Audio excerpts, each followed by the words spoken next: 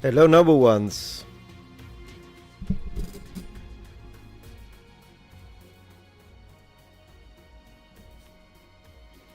Welcome, welcome, guys. How you guys doing?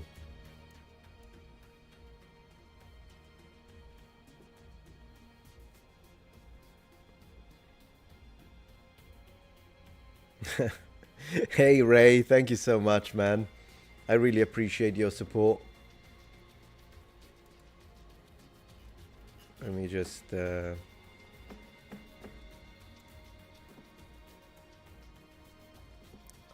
Thank you, Ray, for the 5 Metatron gifts. Very much appreciated. Thank you.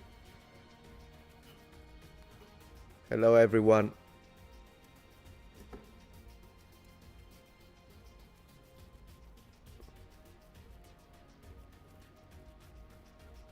Hey, Nocturnal Saiyan. Good to have you here. So today, Nicholas, we're starting with a story that is a recent situation, and I just wanted to kind of give it some light because I think if there is even a one or two cases where this might help people who are struggling with similar problems, then I felt it's my responsibility, my duty as someone who has a platform to try and amplify the coverage of this. And at the same time, this is just one of the things that we are discussing. But there are a few other things. There is also a video that I would like to check out with you that is unrelated to this. And then after that, we'll see.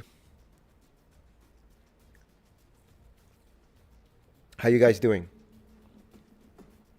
It is a sad story. Absolutely, it's a sad story.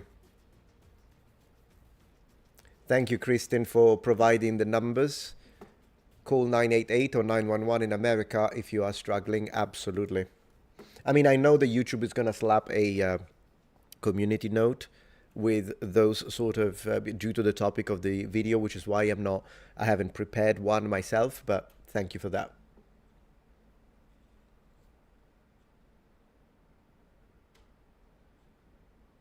Well, I understand you might find the topic depressing, but I once again, if it can help, I think I can go through it. You don't have to. So if you want, you can come back later. In the second part of the stream, we're going to talk about pyramids. But the first part of the stream, I do want to talk about this because there are people who are struggling. And in a way, because I myself often get attacked through Reddit, because this is, of course, about that absolute swampland of the devil that is Reddit, exception being some subreddits about IT stuff. And I don't even know bricolage. I guess those are fine. But in general, I've been talking really badly about Reddit for a very long time. There are some reasons. I've got some stuff to show you. But yeah, I myself have struggled a little bit, not a lot, but I myself get attacked a lot. I know people that get attacked a lot because there are these subreddits that have threads entirely dedicated to what are called witch hunts, where they gather as much material, oftentimes that's lies, by the way. They gather a lot of material onto a person online that they either hate due to politics or that maybe they're just jealous. In this case, it has nothing to do with politics. Most likely it was just jealousy of success. And then they have these threads, and in these threads, sort of lots of these horrible basement-dwelling Redditors, they gravitate towards these threads, and then they begin these witch hunts where they go and harass creators. And unfortunately, if someone is already struggling mentally, I mean, this can affect anyone. But if someone is also at the same time struggling with other mental problems, then yes, this can cause terrible catastrophes. And so I think it's important, if you have a son, a daughter, a sister, a cousin, a family member, or a friend, and you know that they are online creators, maybe they're not huge, but still. And at one point you hear them talk about this and they tell you, hey, lately I'm getting a lot of hate comments. Like, it's really, don't underestimate it. Take them seriously. Sit down and listen to them. And the one thing that I would, if I had known this situation, I didn't, but imagine that I was a friend of her husband, one thing that I would have told them is you have to remove comments. at that point. Just you can disable comments from your platforms.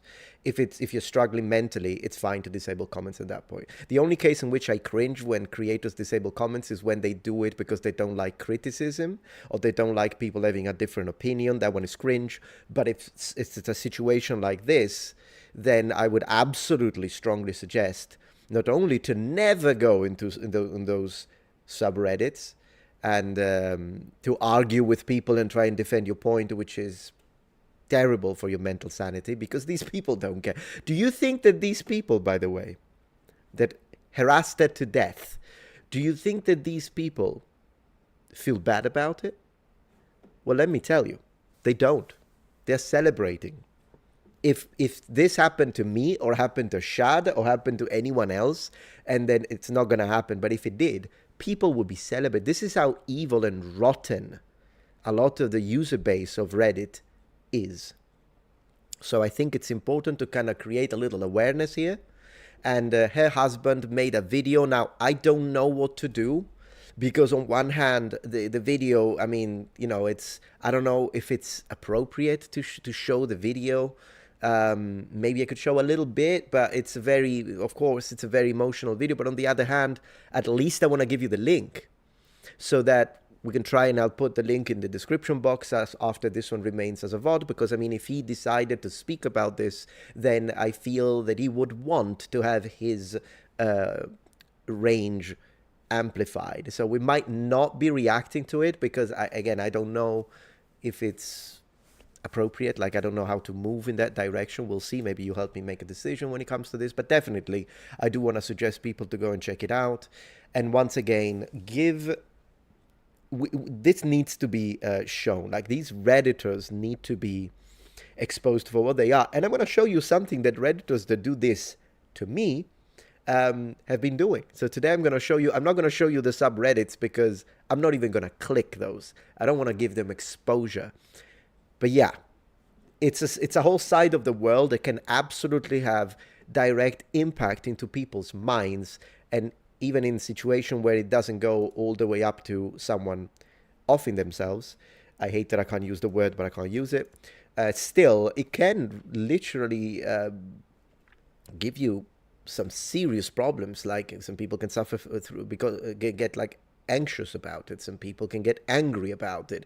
It can disrupt your everyday life because unfortunately, I think this has to do with how quickly technology has evolved at an exponential level, because as humans, I don't think we've had time to adapt our minds to being exposed to these numbers of people and comments and ideas, and we don't, because up to 2 minutes ago, in a historical scale, we only had to deal with people in our family, immediate family, friends, co-workers.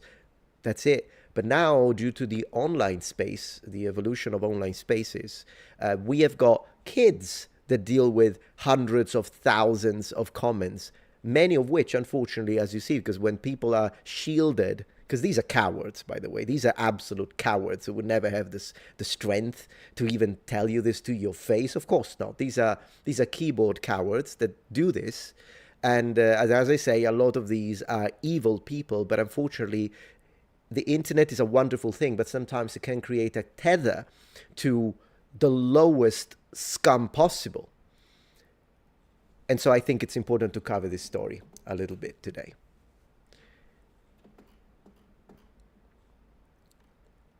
Let's see.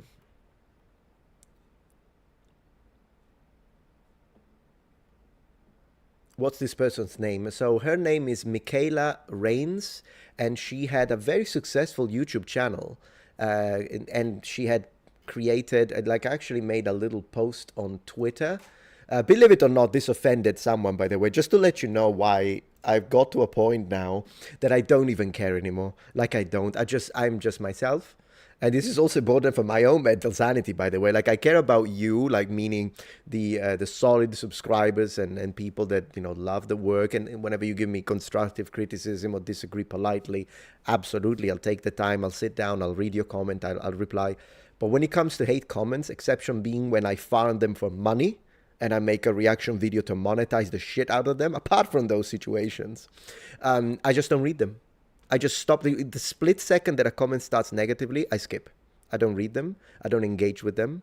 And because, as I say, it doesn't matter. Like, if I do a React video, people will complain and call me a thief. If I don't do React videos and I do a vanilla video, people will complain because of the title. If I change the title and lose algorithmic advantage, but I make a title that looks more like a lecture so that people don't complain about that, people will complain and say, man, this title is so boring. People will complain about anything. So I made this post, which is, I think, a heartwarming post.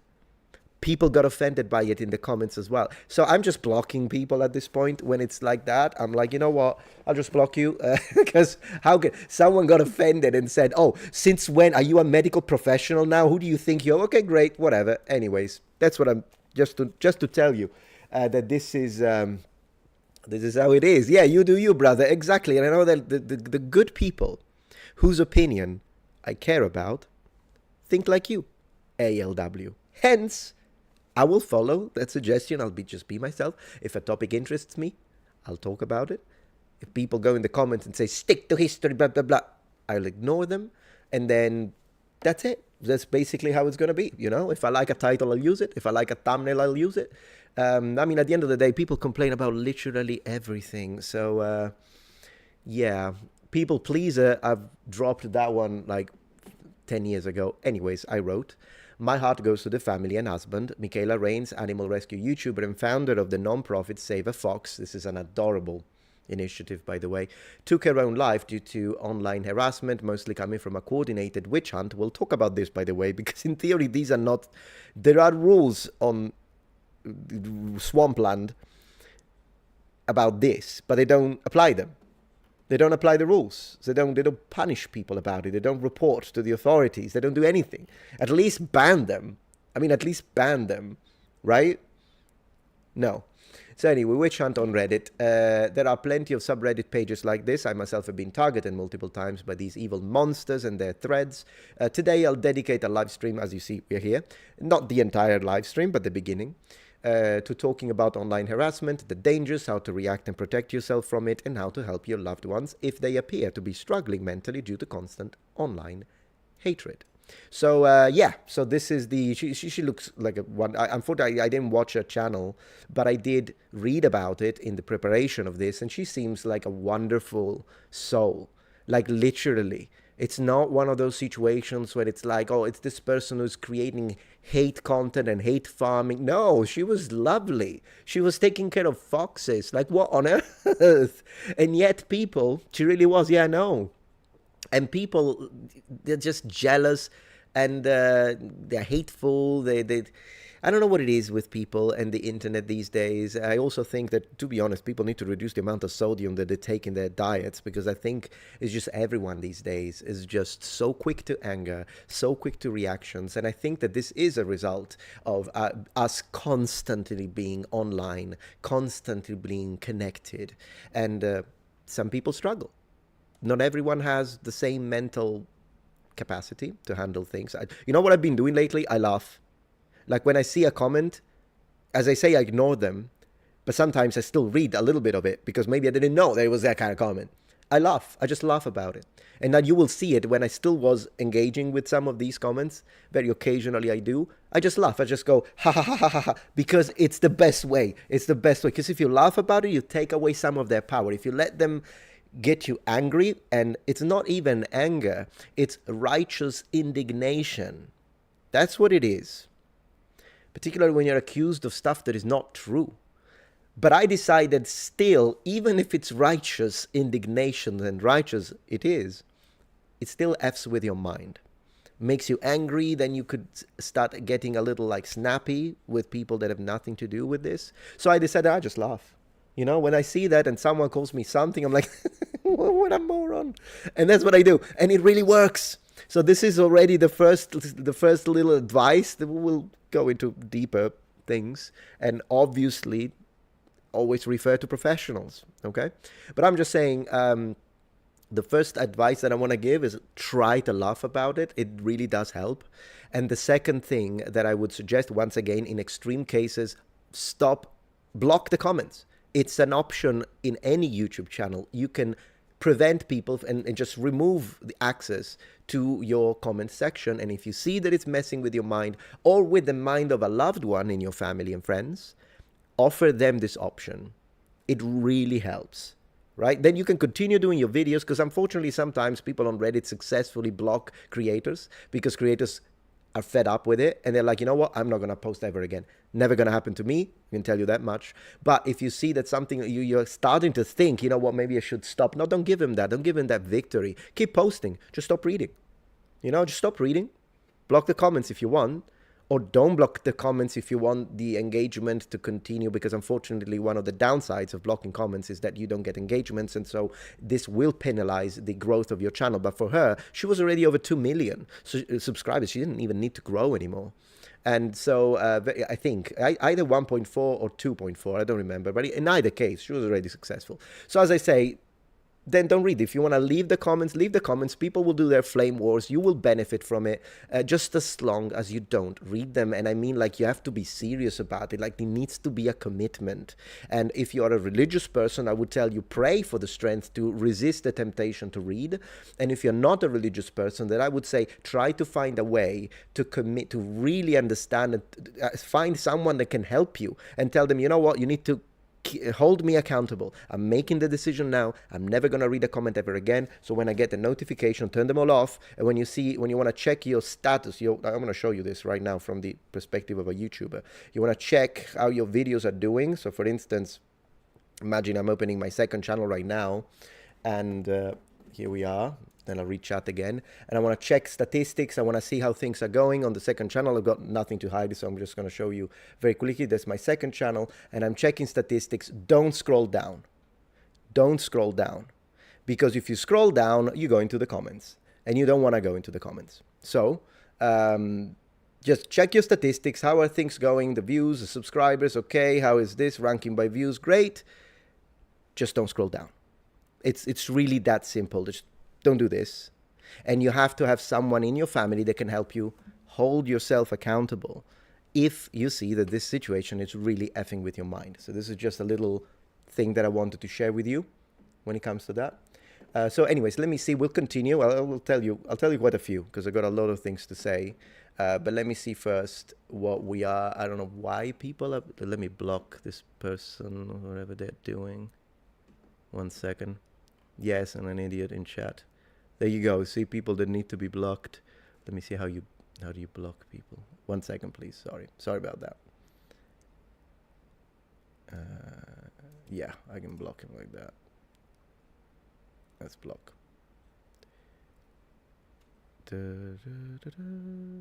Banned. Okay. We banned someone. Thank you. Appreciate. Okay. So anyways. Yeah, sorry, apologize. I moved up. I know I blocked that because I'm not effing with it. This is not it's not a topic when I'm going to have people joke like that. No, blocked. Anyways, yep.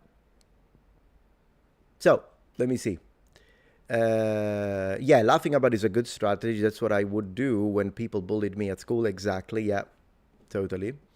It's absolutely. It's not, you're not laughing because it's funny. You're laughing as a way, as a mechanism to defend yourself, basically. That's what it is. Yeah. Okay, so let me see. I respect you. Thank you, Centurion. I appreciate that. There we go, Elysia. Yeah. Elysia is saying, very good point. I remember you from all the comments. Appreciate you being here. I prefer history content, sure, but it's your channel, so what content you make is your choice. People don't have to watch. Yeah, exactly. At the end of the day, particularly with a like, I can understand if it's one of those channels that like post once a month and you're like, oh, but I hate this topic. I was looking forward to your post, and I can understand a little bit of disappointment in that situation. But I post 30 times plus 20 live streams. That's with the VOD staying live. So that's 50 times on this channel alone. At the end of the day, I think you have a wide range of possibility of choice, and they're like, you know what, I really like this video about the freaking Greeks, but I don't like this video about the Akkadians because I hate the Akkadians for whatever reason. Maybe you do, fine, skip it, skip the Akkadians. What can I tell you? Skip the freaking Akkadians, my friends. And so yeah, that's one of those situation, I suppose.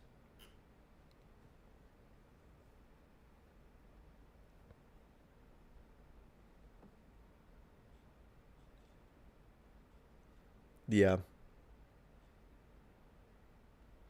So let me see. She was a sweetheart. No, I believe it. Yeah, I totally believe it. Yeah. No, I wasn't joking, Delta Wolf. Someone on Twitch was posting DICK images, and I'm like, what? I mean, we're talking about what the heck is that? So I banned him. Who cares? It was just nothing. It was someone who probably was attracted organically into the. I don't think it was someone who was actually a follower, so it doesn't matter. Let me see.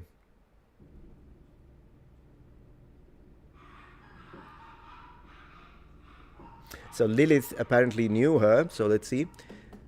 She was such a good, sweet, loving person. Her connection with her foxes was amazing to see. No, I believe it. It breaks my heart so much, and her husband is so broken. Of course he is. I can't even imagine it. His video is so heartbreaking. Totally. Yeah, I watched some of it. Exactly. There is no point. A very good point, Melanie. When haters, when people say haters are gonna hate, that's true. So there is no way to reason. It's not like you can apply reason and logics and be like, you know what, you say this, but here is the proof that what I was saying, this is what I was actually saying. No, it doesn't matter. So it's pointless. It's literally pointless. It's a waste of time. And at that point, rather than doing that, I would take some time. I could take my wife to the restaurant. I can paint some miniatures. That's another thing I can do. And maybe some high elves. I can paint them. Like, isn't it a better usage of your time? I'm not saying that you have to dedicate 100% of your time into productivity, which I am a little bit of a workaholic, so that's something I actually have to tell myself. But even in that case, it would be a much better usage of your time than to stay there trying to convince. They're never gonna get convinced. It's not about the truth. It never was about the truth anyways. So yeah, exactly. It's just one of those situations, I guess. It's called reality. It is called reality. Why was she harassed? I think people were. We will read a little bit, so we'll figure it out. I've got this NBC News article that kind of describes it. According to what her husband has said, I think a lot of it really had to do with people just hating her success. A lot of people are just jealous. They don't want you to succeed, particularly if they haven't succeeded. And usually the people that are this salty about it are people that haven't succeeded and it's their fault. In my experience, because there are people that have a lot of potential. They were just given a bad hand of cards, and my heart goes to people like that. But in my experience, even in everyday life, even before online matters, in my experience, the people that are the most evil about it are they just whatever the heck. Like, okay, go work then, right? If you're not to mention, like, when I shared my man cave tour. I did a man cave tour for Christmas, and I showed the computer that I collect, the video game collections that I have, the helmets, and then there was someone obviously offended by saying, "Oh, I can't believe are you flexing on people while there are people that are starving to." I'm like, okay, already that ideology is nonsensical, because it would mean that we can't really share. If you could say anything, I could say, man, I really like this drink. Oh, are you trying to say, why don't you speak about the people that are suffering, right? Or you could say, like, man, I love this video game, why don't you speak about the people? Like, you could apply that to anything. You could apply that to anything. And I would like to quote the most important man who has ever lived, who said, there's a time for everything. There's a time for everything. There is a time, absolutely, to think about the people that are suffering, but there is also a time to have fun, a time to smile, a time to produce, a time to work, a time to have to play.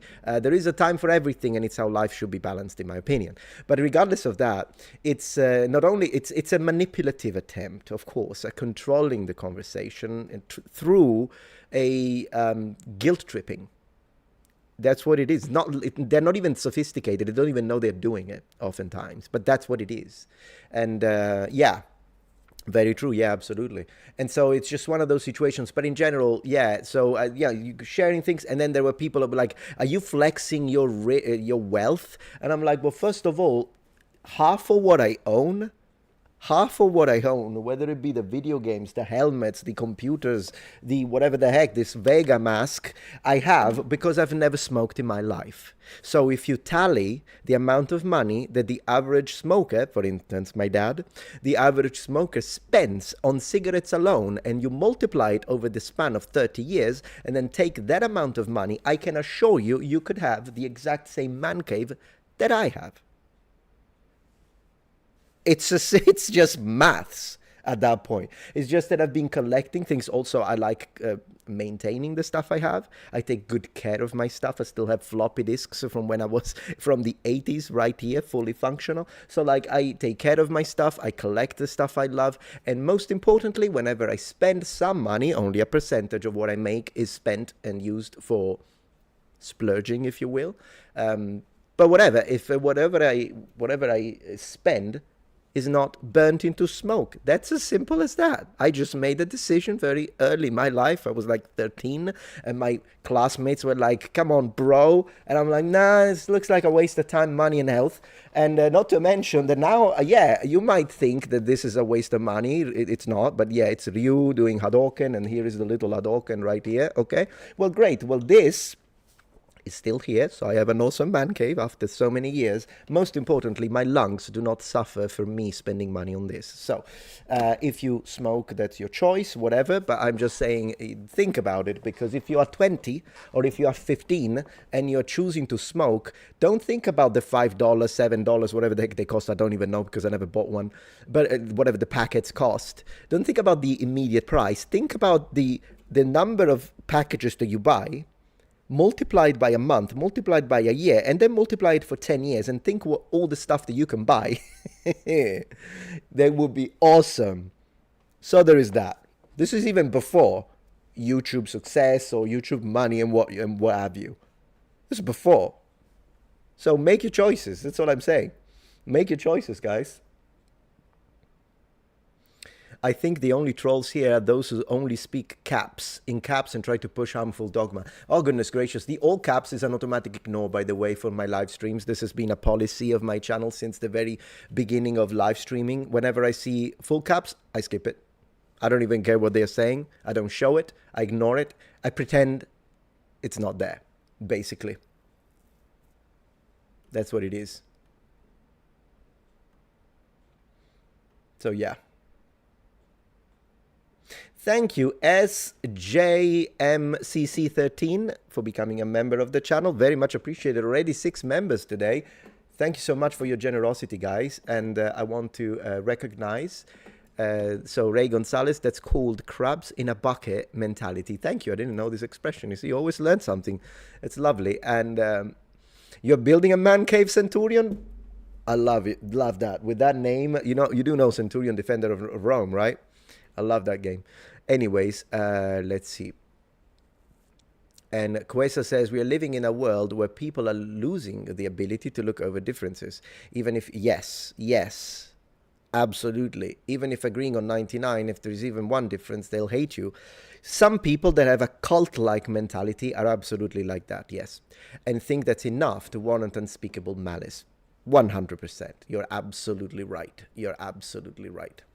Absolutely. Absolutely. Some people have fun making others miserable. You're right, Spencer. Absolutely. Let me double check that I didn't miss any other super chat. Oh, I think I did, actually. Oh, I did. Sorry about that. Let me read them. So, Ray says, oh, you know for sure that if that happened to you or Shad, these demons would love to see a good man break and fall. Absolutely. Which is why I will never give it. Besides, I think one of my strongest shields when it comes to letting people, I mean, they do annoy me. I do get annoyed. I do get frustrated sometimes, but usually it doesn't go past that level. But I think for me personally, I'm just saying myself, the greatest shield that I have is my wife, because the simple idea that what I do could have a repercussion to her, and the fact that she married me, It is now my lifetime duty to provide for her and protect. I'm old school when it comes to that. And besides, she's a trad wife, so she loves that. So I'm just saying, yeah, I wouldn't let it break me up to a point, because at any situation, if I see that it's going downhill, I would stop it and say, get your shit together, man up. You got a responsibility. So this is me, though. Maybe it's the way I was brought up. Maybe it's just a natural inclination to the way I am. But yeah, sure, for sure, they would love it. They would love it. It's actually sad how low some of these people actually go, 100%. And then, yeah, I think I read everything. Very nice. Very nice. Thank you. Let's see.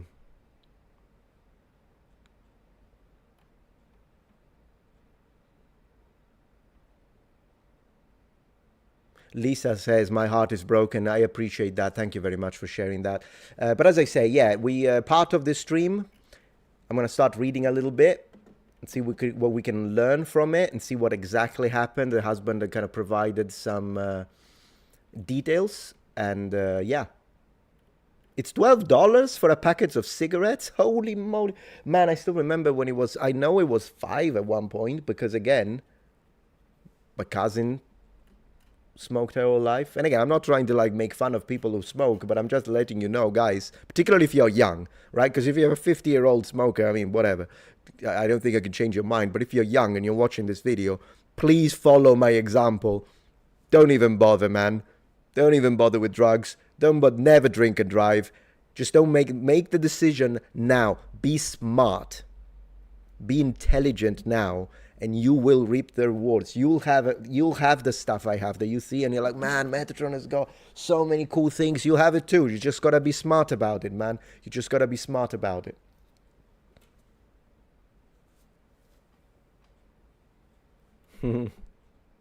And Dina Mansa says, why pay $12 for something that's bad for you? Yeah, you know, sometimes I've thought about this, and I'm like, man, if an alien species were to come in contact with us and we had to explain to them why we smoke.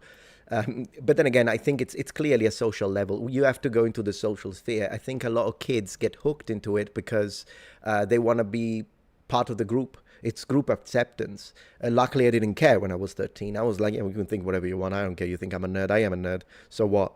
But regardless, I do think that that's what it is. You want to be accepted. You want to be with the cool guys. The cool guys are doing that. And also, there's the fact that I suppose television and the media has a little bit of an effect on it. And today, online, because you see the adult that can then smoke. And so you want to look like an adult. You think it makes you look cool. I personally don't think it does. I think that it's social. It's absolutely a social thing, which is why I think it would be nice to show some data. Not just the medical data. Because medical data I don't think is as effective. They put it on the packet.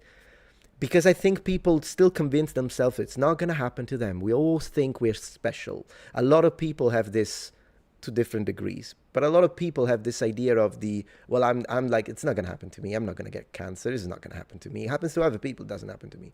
Or I can stop whenever I want, so I'm not going to let it go that bad. I think looking at the financial aspect of it and how moronic it is to spend money on this stuff and what you could have if you didn't, personally, I think it's a much stronger argument. But that's just me. Yeah, a lot of people, I think, get bullied. You're right. Unfortunately, not everyone has the same way to react and the same defenses in place, if you will.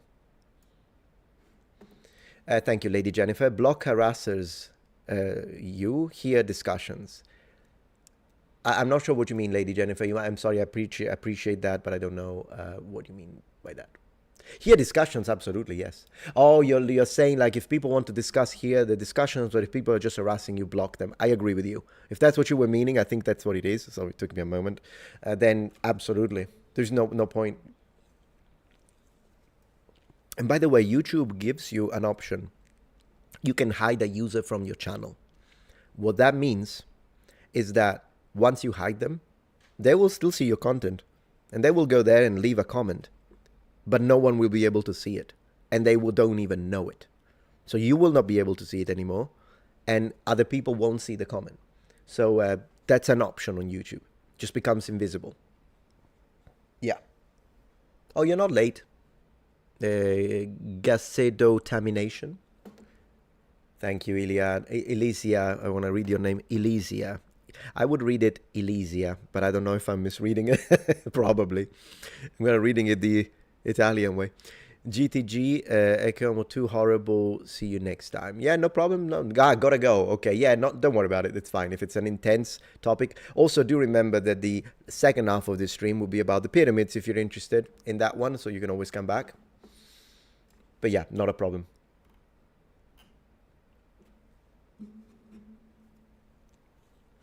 Oh, Ekeomo is a person here. Yeah. Oh yeah, what were you saying? Bet she was an atheist and didn't know. What? I mean, why you give us Christians a bad rep? So are you real or are you fake? I don't even know, man. I don't even know, man. So this sounds like victim blaming. Sounds like victim blaming, man. She means he's saying horrible things. Yeah, no, I understood that now. And Eke almost gone. Hide user from the channel. Eke almost gone. Gone. Gone. And because it's funny because I'm a Christian, but he is clearly not. He's one of those toxic Christians that give our religion a bad name. He's gone. Metatron, it's a Greek name, very difficult to pronounce. Oh, your name is a Greek name. Everyone just calls me Illy. Yeah, Illy's cool. I'll call you Illy then, if you don't mind. The stream is getting cut. Just let anyone else experiencing broadcast problems, or is it just user-based in that case? Yeah, he's fake. I think he's fake. Yeah, I agree. You redacted it, but I still agree. Yeah. Absolutely, John Sexton. That is the truth of the doctrine. Absolutely.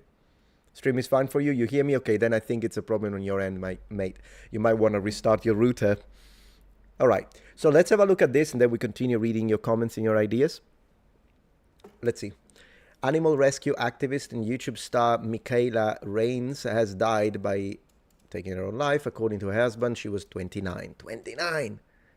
29! What was I doing when I was 29? I don't even remember. I think, oh yeah, no, I was moving to Japan I was in Japan, actually. I was working in Japan learning Japanese. Ethan Reigns announced her death in an emotional video on a YouTube channel Monday. Let's check out the channel because I believe, yeah, there he is. That's why it's a really tough one to watch, but he did get a lot of exposure. We'll give a link, of course. And I do want to say one thing. Yeah, 2.4 million. I was right. So he made this video. Rest in peace. Michaela, man, she looks lovely. What a loss. What a loss. And so one thing I want to say is that I believe they have a fundraiser. So yeah, absolutely. He said he wants to continue with the channel. So I would say let's subscribe. Let's give support to this grieving husband. And yeah, I'll definitely be checking out their videos. Absolutely. Because I think he wants to continue doing what she loved doing, which I think is, I mean, considering, I don't know if I would function after something like this. So I have to, what's the word?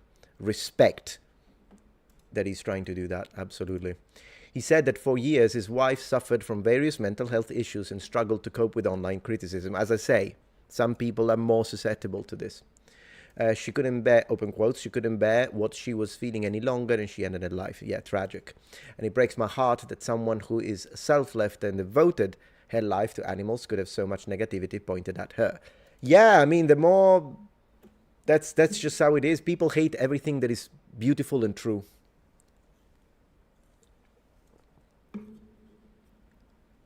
It's because of the darkness that they have in their core. That's what it is. And to those of you that pushed her to do this, there we go. Every one of you that had been responsible for making her feel this way, I wish you had to feel what she felt. He added, I wish you had to feel what I feel. And I absolutely understand. I mean, I absolutely understand the feelings of this grieving husband at this point. Michaela Rains created a non-profit animal rescue organization, Save a Fox Rescue, in 2017 when she was 20 years old. The organization, which is based in Lakeville, Minnesota, is dedicated to rescuing foxes from fur farms and providing them with forever homes. It's wonderful. This is wonderful. Man, if there is one thing that I love is animal lovers, 100%. It has saved more than 150 foxes, according to its website. Since then, she built a large following on social media, and that, as I say, it's a double-edged sword, guys. It's a double-edged blade. It gives you success, it gives you money, it gives you independence, and it gives you a wonderful job, but it does come with these type of problems. I mean, I had to block 2 people already in the last 10 minutes. So, and that's nothing in comparison to the stuff that she was receiving. Dedicated her advocacy efforts, accruing more than 2.4 million followers. I'm glad they didn't use the word amassing. People use that with me as well. Like, apparently there are a few pages dedicated to me, some of which are positive, by the way. I appreciate the effort of whoever did that to promote my work. And but they all use a Metatron amassed over 1 million subscribers throughout his several platforms, and I'm like, yeah, I mean, amassed always feels like, did I do something wrong? Amassed. Whatever. Accrued. On YouTube and hundreds of thousands on other social media sites, Ethan Rains said that he performed CPR on his wife for 15 minutes before paramedics arrived. He encouraged people who are, open quotes, that's the message, feeling lost or hopeless to reach out to friends, family members, or crisis hotlines, and for those with loved ones who are struggling to do something or say something before it's too late. Absolutely. This, even just this, guys, is worth doing this live stream and leaving the VOD on. Absolutely. And even just this, not to mention, I'm happy to honor her work. Kind of doing an opposite of what those Redditors were doing. Yeah, what happened is disgusting. An entire subreddit was created to attack her. My God. Yeah, I know. There are entire subreddits dedicated to attack me. Although then again, I'm not struggling with mental issues. So of course, her situation is more critical. And but yeah, for sure, I'll show you some of the stuff today because it's insane. Thank you for covering her, Metatron. Absolutely, seriously, I'm still in shock when I found out yesterday. I watched her channel for years. Yeah, no, for sure, absolutely. I think it's important. We have to cover this because we need to try and prevent this from happening, at least in some cases. There are cases I think that are probably unpreventable, maybe. I mean, I don't even know at this point. We probably need to have someone here who can give us some expertise into the matter. But as someone who's on the receiving end of some of this online targeting, then I will say, yeah, it's important to speak about it. I think sometimes for me, in the past, when this used to bother me more, because I guess you get a thicker skin over the years. But even a few years ago, when I was like, well, why? I just made a video. It was, why are people saying this stuff? I think talking about it really helped. So like, once again, I strongly suggest if you have someone in your life or friends and they tell you this online, I made a TikTok, I made an Instagram post, I made a whatever the heck it is, doesn't matter, the social media platform, and they tell you, we're getting a lot of hatred. Why are people doing this? And you see that they are visibly affected by the negativity. Don't dismiss it. Take the time, sit with them, listen to them, talk to them, and then strongly suggest them, don't read them. Don't give them that power. Just don't read it. Just don't read it. Reddit is mostly pro-China propaganda. Yeah, I don't even know ZNX. I mean, I have no idea. I know that there are some of the worst political-minded people in there, like the actual political brains, the ones that can't see anything but politics into anything. I've seen quite a few of those. Digital pits to the underworld, absolutely. Absolutely. Yeah. Appalachian Connection says, Appalachian? I'm glad that people are calling this out because this was deplorable. Totally. And you know what they did? They deleted all the evidence. All the subreddits are now gone. Mysteriously disappeared into thin air. Mysteriously disappeared into thin air. Yeah, some parts of Reddit, as I was saying, I think if it's the IT section is fine, the little hobbyists, subreddits are fine, but a lot of it these days is this. A lot of it is this. And yeah, Let me see the health of the connection. Excellent connection. Wow. Excellent connection, guys. Okay. Despite this being the biggest loss of my life and feeling like I have a literal hole in my chest, he said, that's the husband, I will not let Michaela's light be extinguished, and I won't let negativity win, and I won't let her mission fall apart. You see, that's what it is. And he intends to continue his wife's work and ask for privacy in the near future. So I don't know at this point if he's going to continue the YouTube channel, but if he is, well, I'll make sure to watch and leave a comment and all that. As long as you guys will continue to support all of us here at Save a Fox, we will keep pushing forward 100%. Also, because I'd like to underline, they had a kid as well. So, yeah, I think totally. I think they deserve some support. I'm confident we can bring more light to this world. What a wonderful person. Can you imagine this husband says this after the supreme injustice that he has had to go through? Yeah, young daughter, there you go. Like, imagine this. I mean, this is a man that I respect. Absolutely. I wish him all the best. I absolutely wish him all the best. And again, we've got references to hotlines, and they're all here. So, yeah. So, yeah, that's the story. Tragic story, really. A tragic story. And this is the channel that we were seeing. I wish I had found the channel before, because I love foxes, by the way. I think foxes are adorable. Yeah.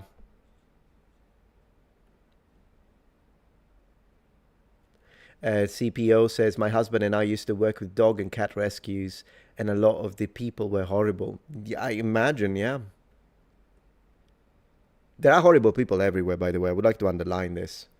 Horrible people everywhere. It's just, it is what it is. Fox are like cats? Maybe, yeah. I saw a fox the other night, because they do roam around here. Yeah.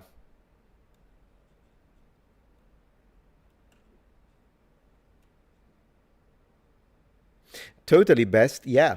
I'm concerned there are people that solely get on the internet to harass strangers parasocially. Absolutely. I like to think there is some qualities in others that aren't disgusting. No, I know. I think... I don't know how many people, how many internet users are like this. I'm not sure. But the problem is that even if, and it's very likely, that we are dealing with a minority, this is percentage-wise, this is a minority of sociopaths and people that have been turned into complete extremism and complete numbness, emotional numbness. Like, these are, yeah. But even if these are a very small percentage, when you have a large social media following, like in this case, right? So 2.4 million subscribers means that even if it's just 0.5%, the number is high. Everything is in proportion. So there is that problem. I don't think that it's like, 50%, and not to mention that these days a lot, it's bots. Did you see all the bots? Yeah, not to mention it's a loud minority, yeah, clearly, as it often is in these cases. But I'm saying, like, even if we are dealing with a 0.3% of her average audience, it still is, it tallies, and the numbers go high, which is why I say just don't read the comments. Just don't read them. That's the situation. You think it's a weird fetish? Yeah, for some people, Jason, absolutely. I think there are absolutely people that are like, yeah, I mean, at this point, waste of oxygen. That's why we need to separate. Yeah, whenever you see something, just block them. Create a separation. You don't have to deal with them. If it's a co-worker, if it's your manager, you've got to do what you've got to do, right? That's your job. You do. That's what you need to do. You have to deal with them. You have to deal with them. But if it's not, or it's like maybe you've got an asshole uncle. I mean, at one point, if they're really toxic, I would say block even from family. And maybe if the job is, but then again, you know what I mean. Extreme situations, I would say block anyways. But there are scenarios in which, like, oh my gosh, this person is so annoying. But maybe you have to deal with them. But strangers, just block them. Who cares? Like, they don't need to interact with you. You don't need to interact with them. And so at the end of the day, I think it's really, it might sound as it's an obvious thing to say, but it's not. People, again, it still connects to that idea of righteous indignation. And I fell for it myself too, up to a few years ago. And it was in the middle of the first videos that became controversial. I don't even call them controversial videos because they shouldn't be. I'm just looking at the facts and looking at the reality. But people are offended by facts, of course. But regardless, it's the even a few years ago, it's righteous indignation because you think you're being wronged and you're in the right. You know you're in the right. You know you are just. And so it pisses you off that someone will have to exercise a degree of a word towards you that it's unwarranted. And so you feel like I'm going to type and say this and say that. It's worthless. It's a waste of time. And moreover, it, in a way, it poisons you. And which is why I say just let them just either laugh like I do or just don't do anything. Block them. Exactly, OG, you'd spot on right there. They feed off your pain, etc. Yeah, so blocking them cuts them from the source. 100%. Not engaging, blocking, these are both ignoring because they're not worth it anyways. Why should they have your attention? At this point, I'll give attention to a nice comment, right? Someone says, hey, Metatron, I love your work. Then I'd rather, thank you, bro, I really appreciate that. Or someone being, hey, Metatron, love your work and whatever it is. But in this case, I think you were incorrect because X, Y, Z. Okay, great. I'll take the time. I'll look into it. Thank you for the constructive criticism. I'll review the data with my team. That's a much better usage of my time and your time than trying to convince, argue, or even insult, because it's just going to make you meh. You know what I mean? It's snappy because now it's like, I don't think it's positive at that point. Yeah. The paramedics took 15 minutes, rural area. I imagine so. I mean, I imagine if they worked with foxes, maybe the location wasn't exactly, 15 minutes does sound like, well, for America, because I have to say, one time, let me tell you this story very quickly, since tonight we're discussing these things, but one time what happened is that at the previous house, so not the one where we live now, but the previous one, there was a malfunction with our alarm system, which means the alarm went off at 4 a.m. in the morning and woke us up. So I know, obviously, that statistically, home invasions are extremely rare, and usually they happen when people are on a holiday. I've looked at the police reports. Still, if you wake up in the middle of the night, the freaking house alarm is blasting, right? And so that happened. You can imagine that at that moment, I'm not really thinking about the statistics. I'm thinking about my weapons and center mass double tap. So so we grabbed weapons, we armed ourselves, and then we contacted the police immediately. And the officers arrived. This is America, my gosh, like law enforcement in America. Officers were in our backyard in 45 seconds. 45 seconds. Incredible. They were like this, and then they came in, they checked the house, and like probably just a malfunction of of the system, and that's what it was. But yeah, 45 seconds, I swear, it was insane. It was insane. We had we thought about it before, like how sometimes when you panic you speak too fast. In fact, I actually made a dedicated video onto an analysis of the speech pattern of Tolkien. It will be posted after the stream is over on my second channel, Metatron's Academy, because he had the tendency to speak very fast, and it's actually something that can be diagnosed, and there are reasons for it, and I dive into it. But regardless, in situations of stress or nervousness, we tend to speak fast, and that could be a problem when you're trying to talk to dispatch because they need to understand clearly, and you need to enunciate your address. So that's something that we know, and so we were able to be very effective when we contacted the authorities. But as I say, 45 seconds. Holy moly. Yeah. Absolutely. Illy says, important autism and bipolar disorder are genetic. Yeah, no, sure. She was born with these issues, totally. Those saying that she was weak or too sensitive need to know that. Oh, no, 100%. I mean, come on. Even if you perceive, apart from the fact that I agree with you 100%, yes, we are not all the same. That's why I was saying I don't struggle with these kind of mental issues, but clearly she did, and that's how it is.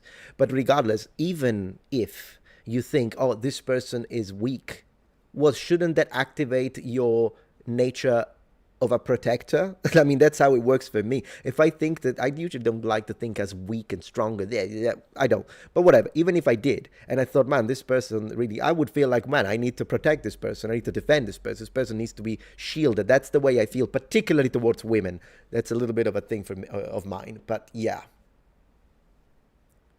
And in regardless, who cares? Like, let's not do victim blaming. Like, what's the point? What are you trying to? It's still a tragedy, and we should address it as a tragedy. And I wish that, as I say, the reason why I'm making this is because it's important to be aware of these situations, because people are sensitive. Some people are sensitive. The only sensitive people that I mock are the ones who are offended by historical facts. Well, then, yeah, it's like that level of sensitivity is not, it's a completely different spectrum. So I think you're getting these confused. I think that's what you're doing. This type of sensitivity is clinical, and it's different. That type of sensitivity, we use the same word, and we probably shouldn't, is people who are like feelings over facts. And yeah, that's nonsense, particularly when applied into the academic spectrum.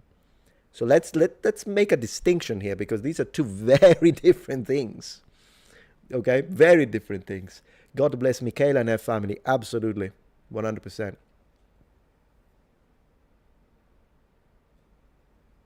Yeah.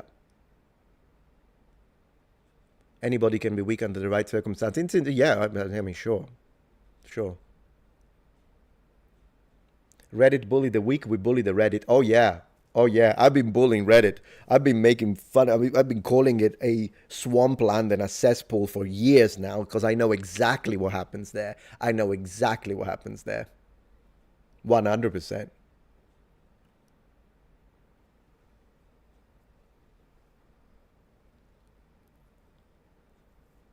Yeah.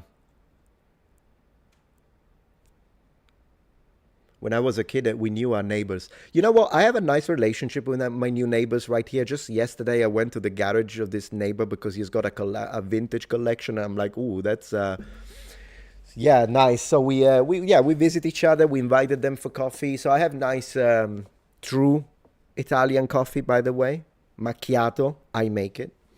And yeah, no. So we have a lovely relationship with our neighbors.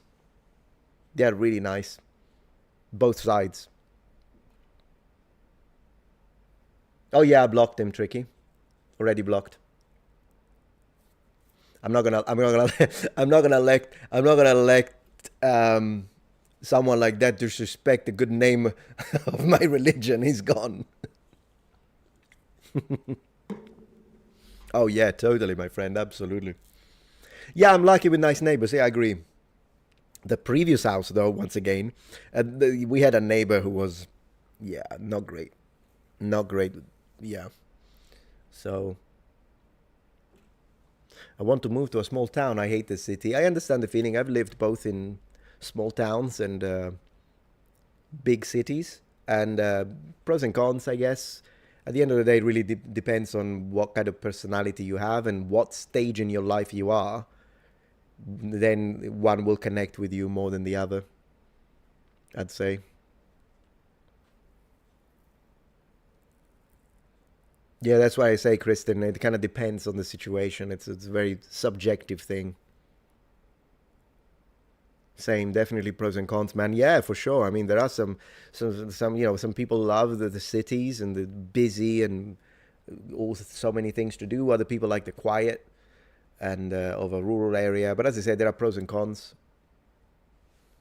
I like both. I mean, I lived in freaking Tokyo, massive mega city, and Palermo itself, my city. I know that maybe you're thinking, well, yeah, Sicily, it's small, so what's Palermo gonna be?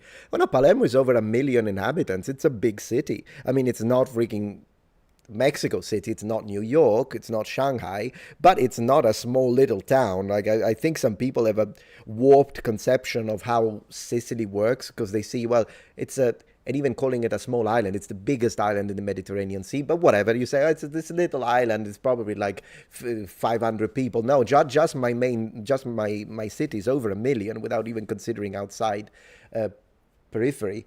So yeah, so there's that, and then but I've also spent time in a little rural village in Japan when I was living, fisherman village, because it was great for practicing Japanese. It was great because when you live in a city, it is more likely that you either run into other foreigners and so you end up speaking too much English, or that you run up into people that may have spent some time in America, so they're Japanese, but they switch to English when they speak to you. But instead, I moved into this little village where literally the children would point the finger and call me, "Oh my gosh, a gaikokujin," and then the parents were like, ah, they would do this, and then people were like, "Oh, you speak Japanese?" It was like, it was great, actually. I loved it. So I loved my time in Tokyo. I loved my time in Yokohama. It's another city where I spent quite a few months. Yeah, gaijin, gaikokujin, foreigner. And that was fun. But yeah.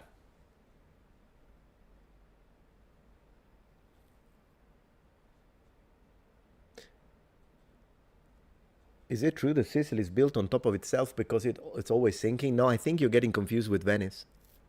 I think Venice is constantly slowly going underwater. It's a very slow process, though.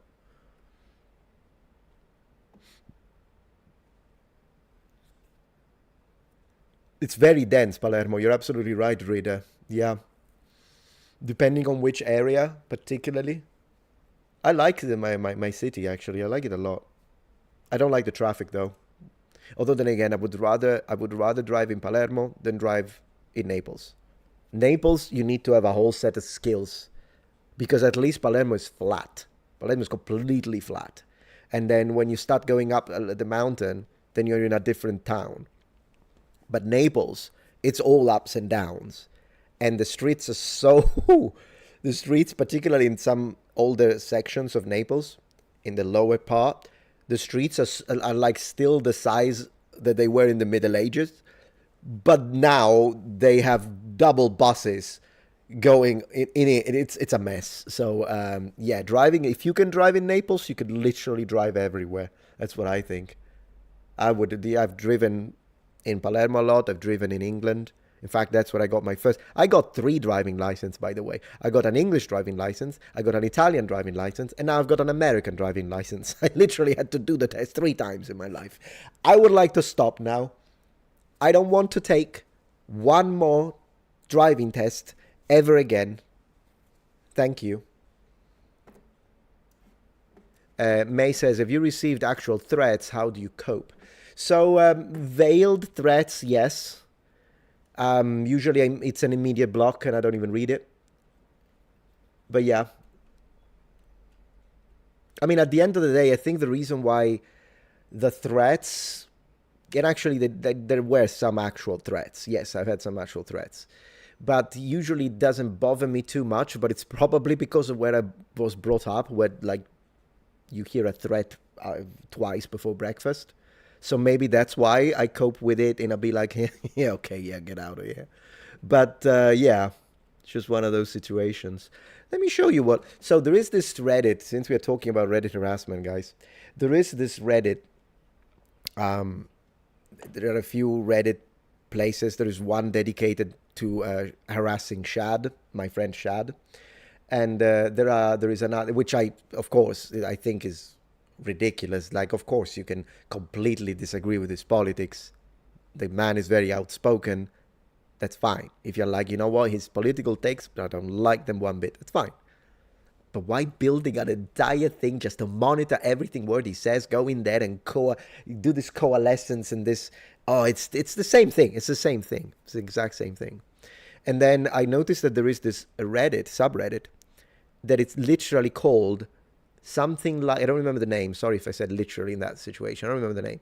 But it's one where, I don't know, it's a bunch of extremists and they say, what YouTuber did you recently find out was alt-right? And of course they put me in there. They put so many people in there. And they actually, I saw a drawing that well, I know who made it. I found out who made the drawing. I'm just going to leave it at that. I know who made it. I know what they look like. But regardless, there is this drawing. And apparently, yeah. So I'm here at the top with the symbol that I think you can recognize. Here is Asmongold.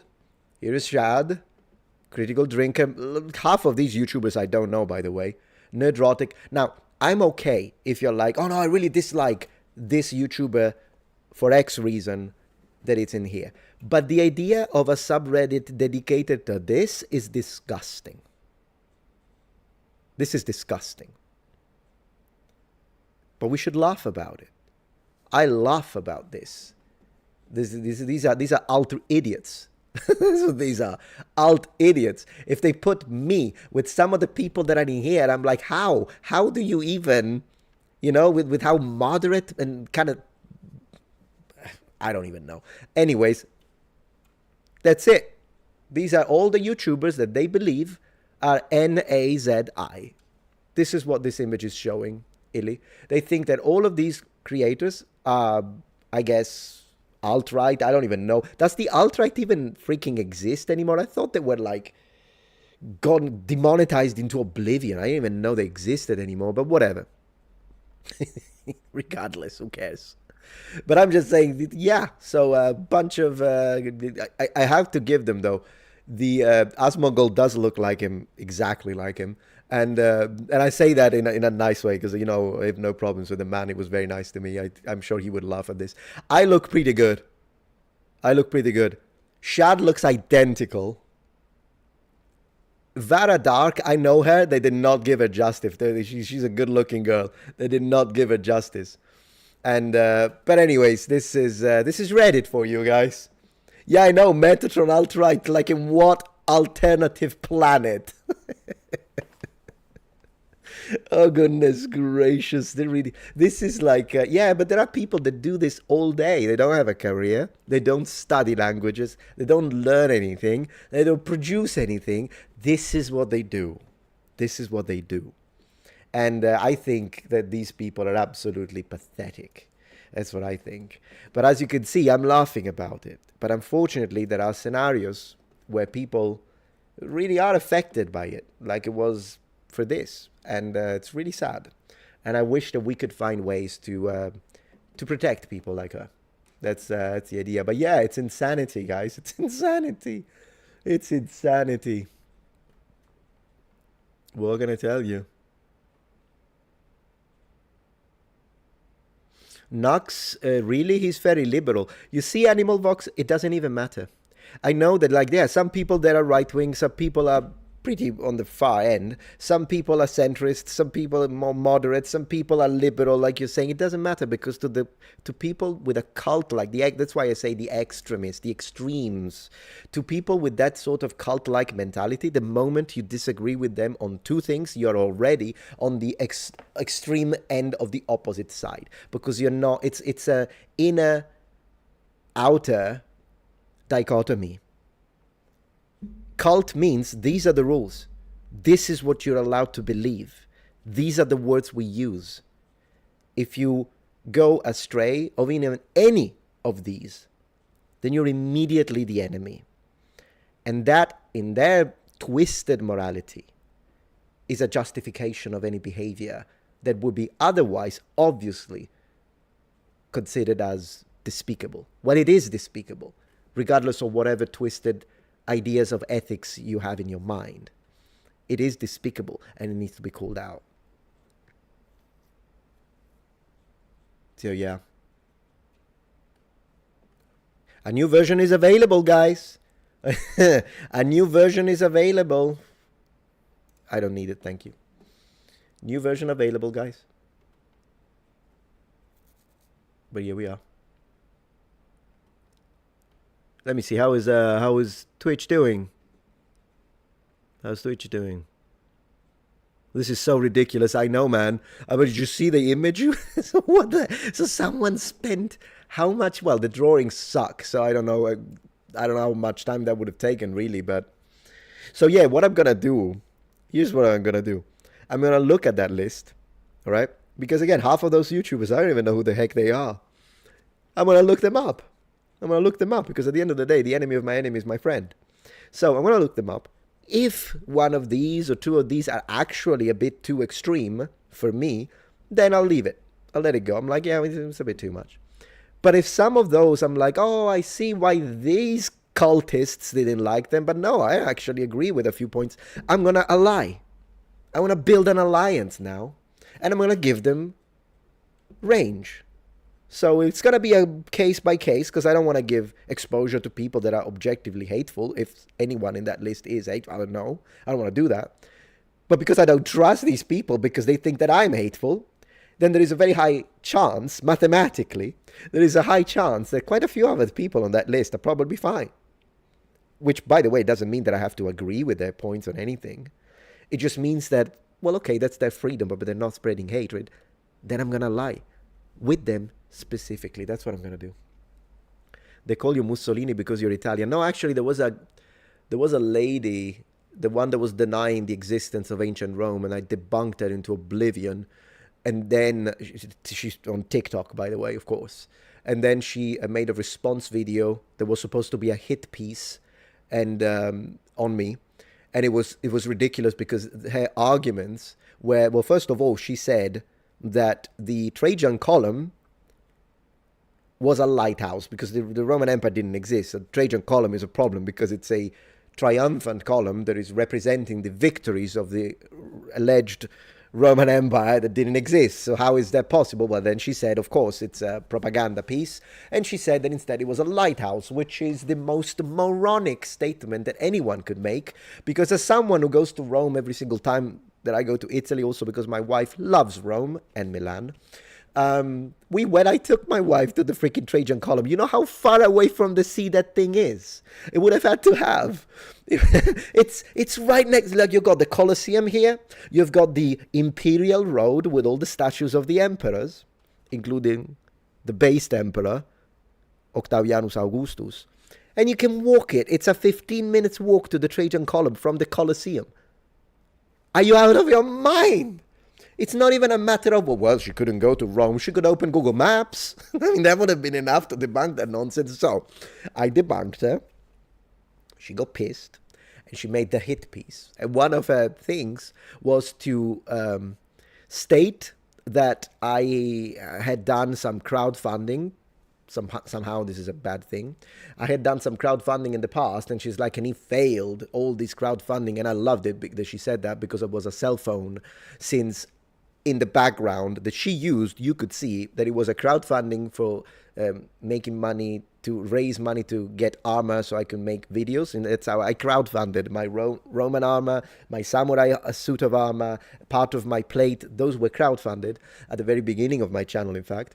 And it was funny because it said literally behind her, while she was saying, look at this, he's a failure. And then right behind her, there was this crowdfunding, and it said something like $4,500 raised out of a $3,000 goal. So that's a success, you absolute idiot, but you probably skipped maths. Regardless, so that she said that. And then the other thing, which connects to what you just said, she said, oh, he likes Japan and he's Italian. Who were the fascists allied with? The Japanese. Hence, Metatron is a fascist. That was the extent of her logic. She got so much backlash because of that video that she had to close her TikTok and open a new one. So yeah, that happened, guys. So what can I tell you? What a clown. Yeah. And I know that some people do tell me sometimes, but why did you bother? I mean, it was so stupid. I know, it's so funny. And they're like, it was so stupid. Then why did you bother? Well, because I got 3 million views out of it. You know how much money I made out of her hatred. So yeah, that's the only exception into which I will entertain the hatred of some people, is to profit off of it. But I don't do it very often because I want the channel to be positive. In fact, it's been a very long time since I did Metatron reacts to hate comments, or I reacted to someone else. I did Alec Gunter a while ago, but not too long ago. But yeah, no, I do it sometimes. I'm thinking on a ratio once, maybe twice a month. No more than that, because I want to keep it a very positive environment. And again, you can skip it. It's pretty obvious what I'm doing with those videos. So I kind of like it to be like a nice, safe space where you can come here. You're not gonna get judged, unless you're an asshole. Then you're gonna get blocked. But you're not gonna get judged. I don't care what you think. If you like history and civilization, you're welcome here. And if some videos offend you, well, I make it pretty clear what the title is on about, so you can skip it. And that's how it is. But the occasional video where I monetize the shit out of their hatred, I will do it, guys, because I mean, why not? I'm the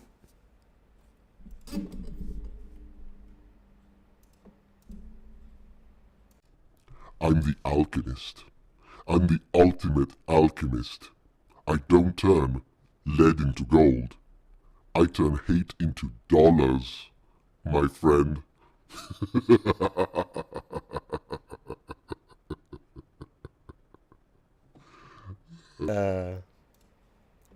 So yeah, that happened. That happened, my friends. Alchematron. Alchematron. Just 1 second. 1 moment. I need to double check one thing, because I like for everything to be correct. So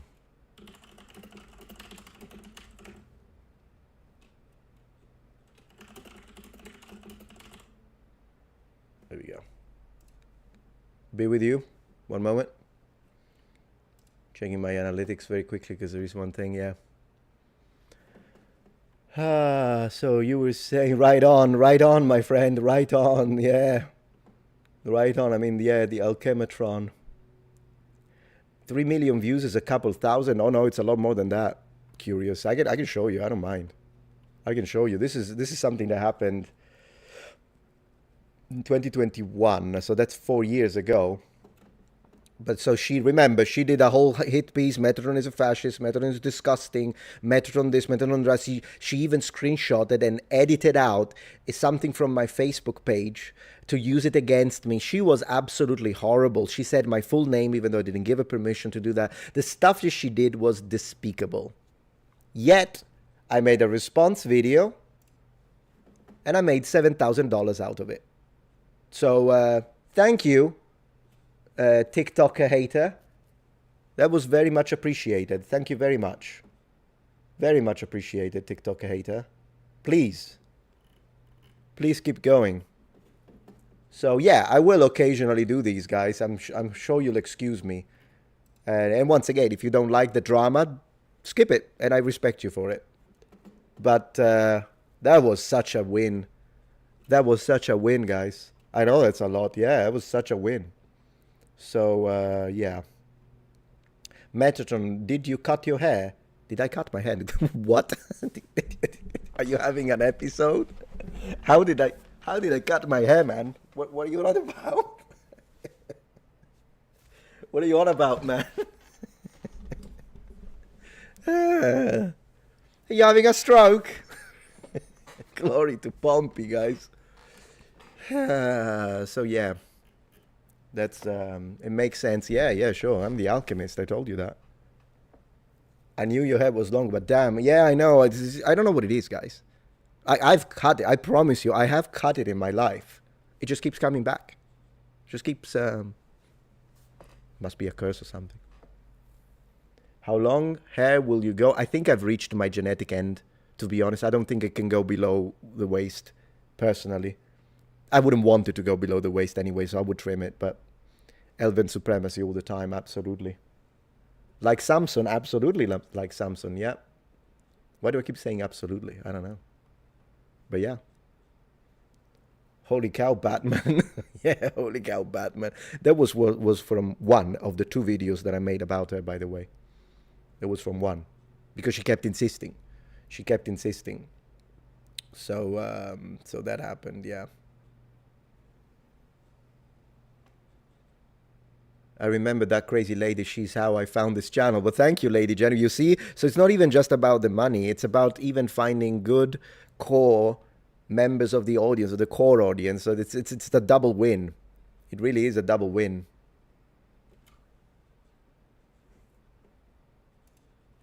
You used to have long hair. Now you're bald. Well, you know. Life has chapters, I suppose. Alex Gunter isn't the only guy you reacted to hate for. No, I know.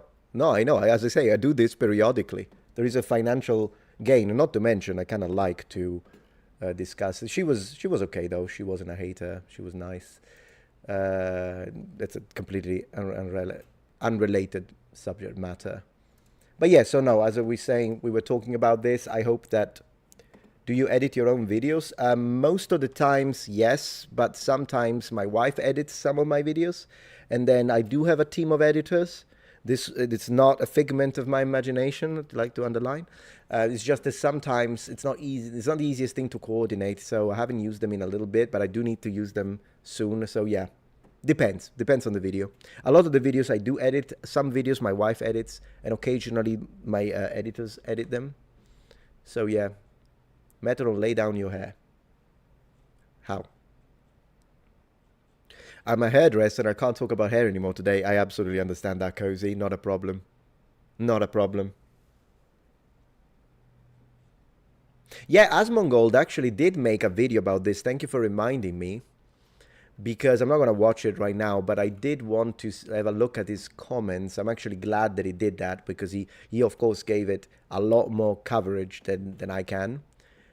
He titled it Reddit is effing evil, man. I absolutely agree with him. And but some of the comments were interesting. That's why calling someone a Redditor is considered an insult. Yeah, there are some exceptions, but still. All the people who bully there are the same ones screaming at you that you are not empathetic because you don't have their politics. I mean, sure, some people are so entrenched into their political ideas that, as I say, it is a cult mentality at that point. Let's see. Yeah, look, these subreddits will band together to harass a single person, but never to fight against an actually dangerous group. That's often the case. That's true. Let me see what else. Yeah, a lot of people are bots these days. What is it with the bots, by the way?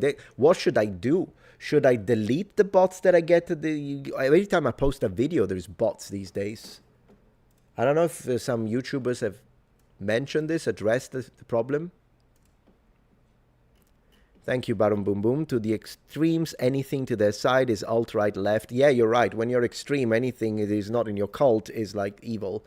And then that's why I was saying in that broken mentality, then anything you do that would normally be considered by any able-minded person like an atrocity or an unjust behavior becomes justified because you have a twisted perception of reality.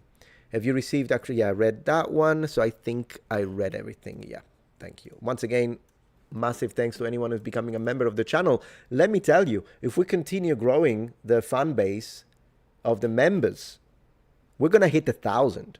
I really believe. I looked at the a little bit of calculations of, what are they called when you try to predict what's going to happen through a trend in the analytics. Can't think of the estimations. I look at an estimate, and yeah, we are growing members faster.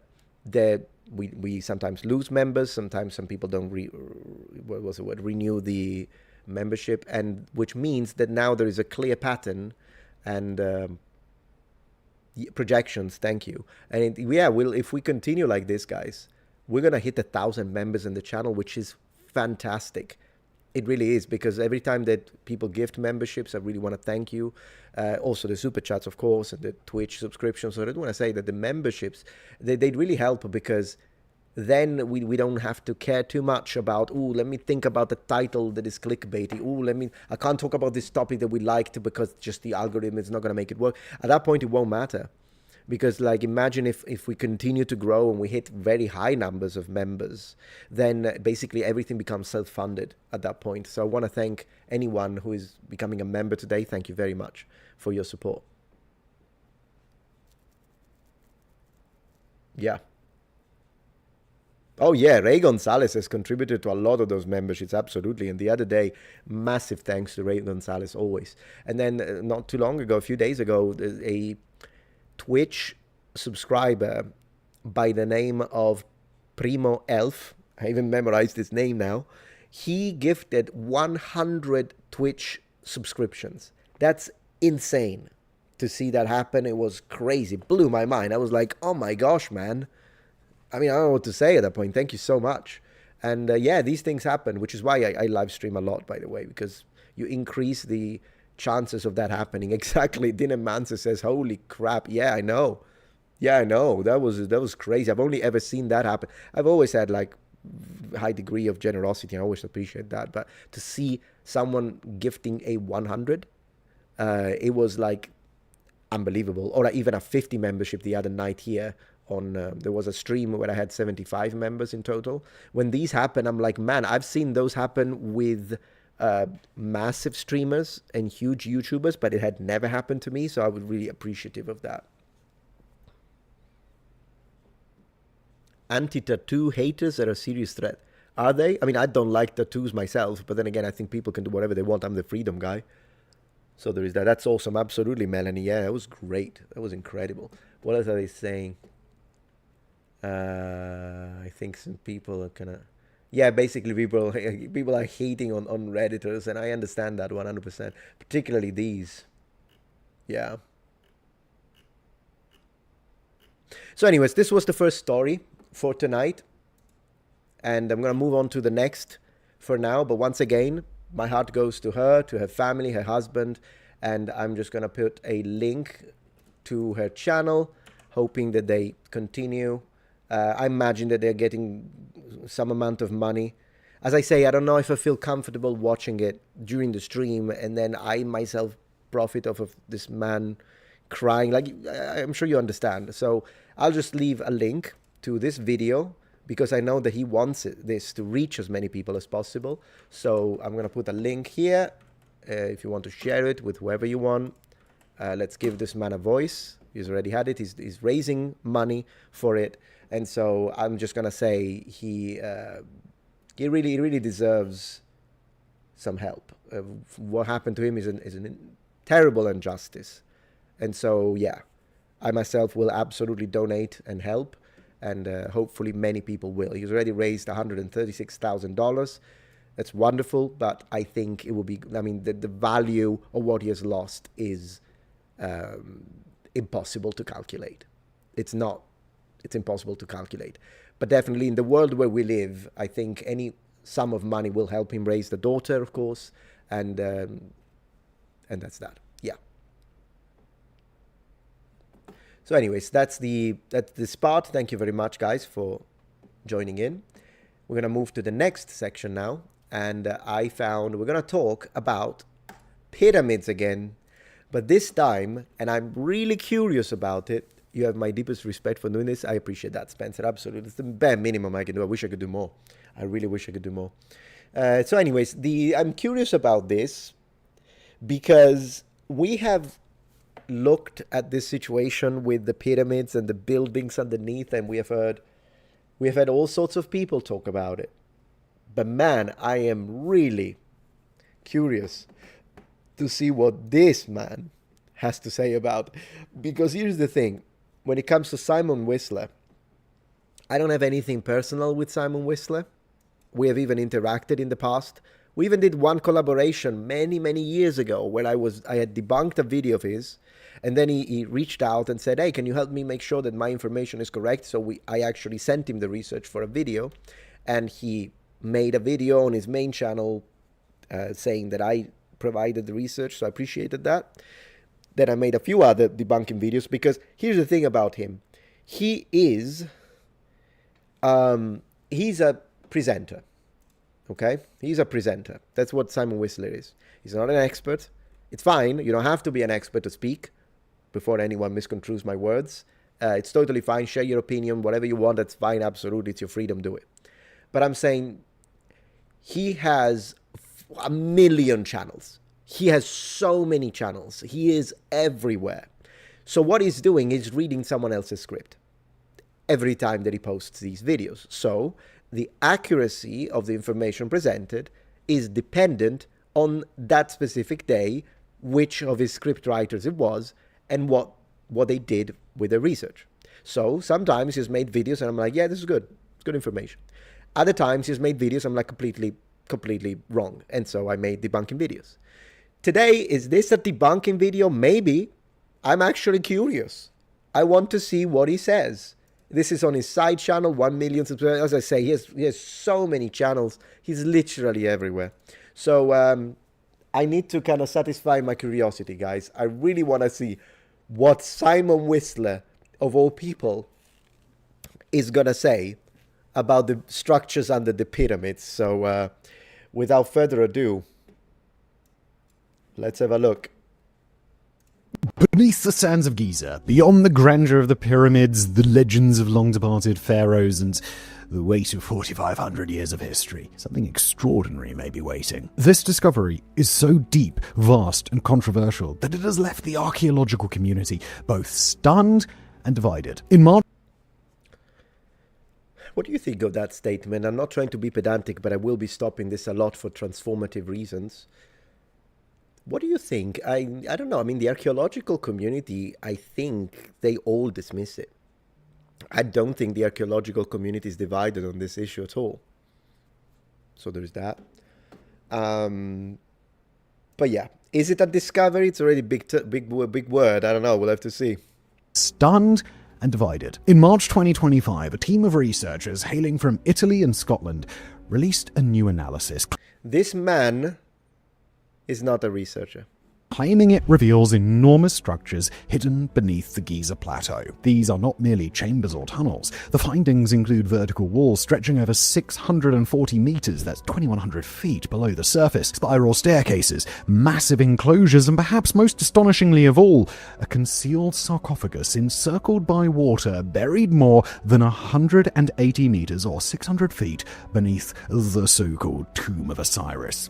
Yes, I mean, that's the claim. I think the claim, 648 meters is the shaft, but then they continue. In fact, the full statement is that these go down 2 kilometers under the ground, but yes. If verified, this would represent the most significant discovery ever made on the Giza Plateau. Yet most mainstream experts have dismissed the claim outright. True. They've labelled it as entirely baseless, unscientific, and even akin to science fiction. Critics argue that current radar technology cannot effectively scan to such depth, that no peer-reviewed studies have validated these claims, and that the entire finding rests on mere speculation. But the team didn't merely claim to have found anomalies. They mapped a structure with forms, depths, and features that appear unmistakably intentional. So, who... The main problem is how they mapped it. That's the main problem. And once again, why am I so critical of this guy, Corrado Malanga in particular? Wait and find out, because I'm going to share something. Forms, depths, and features that appear unmistakably intentional. So, whom and what should we believe? What if the Giza Plateau, already one of the most mysterious places on Earth, sits atop something far older and far stranger than we ever imagined? I would love that, by the way, even though I'm on the skeptic side of this matter, mostly because of who's being involved in this. Most of my skepticism comes because of Corrado Malanga and Armando May. Corrado Malanga because of what he normally says outside of the presentation that I watched, and Armando May because of what he said during the presentation and subsequent interviews. If they weren't in the picture and this was Filippo Biondi alone, my skepticism would have been still there until you actually freaking dig, but it would have been very different. I would have been like, you know what, maybe this is some kind of, it's in my book, nonsense bullshit from, what's his name, Zaki Hawass, trying to block the public from figuring out stuff that he wants to control, because that's still a possibility, of course. But after I've seen the Corrado Malanga and Armando May connection, and I'll show you, I'm going to show you everything here, we're going to have a great time. Yeah, I mean, I'm on the skeptic side. But I would love it. I would absolutely love it if they dig it. And they show that there is a shaft pulsating with electricity with a little reptilian right next to it going like, hey, bro, I would love it. I would be like, guys, I was wrong. I mean, not necessarily, because I always said, who knows? Let's dig. But I would be like, man, they were right. It's in there, the reptilians. That's what I would say. The reptilians overlords have come. But not after I've seen what I've seen. Then, sorry, I don't believe it. Let's be really honest for a minute. If I'm having some drinks, I'm probably not waking up the most chipper the next day, you know? Or at least, well, I wasn't until I... What the heck happened? Oh, okay, it's the sponsor. Oh, it's the sponsor. Man, I mean, that got me out. I'm like, what happened? Did he get possessed by a reptilian? I discovered ZBiotics pre-alcohol probiotic. This is the world's first genetically engineered probiotic built by PhD scientists. They're giant brains. Yeah, so I know about this sponsor. Where is my skip button, YouTube? Specifically to handle the rough What? mornings that tend to follow a night out. They do, don't they? Those rough mornings. This sometimes turn into a rough afternoon, depending. I don't know. I think he's having an episode here. Oh, there we go. Thank you. So what I wanted to say, I'm aware of this sponsor. They contacted me and offered me a few $1,000s. I said no because it feels like I'm encouraging people to drink too much. I'm not making fun of, well, a little bit, but I'm not like, whatever, make your money, man. Whatever it is. I don't know. Maybe it is scientific. I have no idea. But I'm just saying, I felt a little weird about accepting this sponsorship because I thought, it feels like I'm encouraging people to get drunk and then drink this. So I just didn't feel good about it. I'm sure that's not what the sponsor is about. I don't know, but I just didn't feel good about it, so I didn't accept the money. Whatever. He accepted it's his own thing. Do whatever you want. And yeah, so it looks like he was having an episode. Like, anyways, it's fine. Not a problem. Let's go. Back to today's episode. Chapter 1. What the radar revealed. Yeah. Allegedly. To grasp why this discovery has sparked such controversy, we must look beyond the claims and delve literally deeper underground in Giza than anyone has ever before. Now, I respect that he used the word literally in a context where it actually makes sense. You know what pisses me off? When the new generation says, I'm gonna literally die if I don't have a coffee. And I'm like, your usage of the word literally defeats the purpose of its inception into the English language. If you use it in a situation that isn't literal, but it's paradoxical. It's not literal if it's not going to happen. In this case, it is literal if you need to literally dig. So there is that. At the heart of this debate is a team of researchers led by Corrado Malanga, forensic expert Nicole Sacolo, Ciccolo, not Sacolo. Researchers led by Corrado Malanga, forensic expert Nicole Sacolo, Egyptologist Armando Mai, and physicist Filippo Biondi. May. I'm sorry, guys. It's just me. I'm pedantic. What you want from me? You know I'm pedantic. I'm even releasing a plushie on the 10th of July. Metatron Pedantic Edition. It's a limited edition. Pedantic Edition. I'm pedantic. Filippo Beyond, is that what it said? Wait, Filippo Beyond. Oh my gosh, that's that's actually great. I know he didn't say it. It's the subtitle though. Filippo Beyond. Ooh, that's good. Anyways, 10th of July, guys. I'm releasing a plushie. Limited edition, pedantic edition. So I'm pedantic. It's not like you didn't know. Thank you. They employed a method known as synthetic aperture radar, or SAR, sending high-frequency electromagnetic pulses deep beneath the Giza Plateau. Now, this isn't your ordinary ground-penetrating radar. According to the team, SAR, which utilizes satellites, can peer into the Earth to hundreds or even thousands of feet. Their analysis of the data, they claim, has revealed some staggering results. First, I asked my wife to bring up the prototype for the plushie, so I'm going to show you. Yeah, it's makeshift. I'm going to show you. I just asked her to bring it up. She's bringing me up. It's going to be great. It's going to be glorious. It's going to be glorious, guys. Pedantic edition. Not like, this is going to be limited. About a week or so, maybe 2 weeks. Then we sell it out. And the next iteration will not be pedantic edition. So, it's going to be great. So let's see this researcher, and then I'll tell you more about the researcher right here.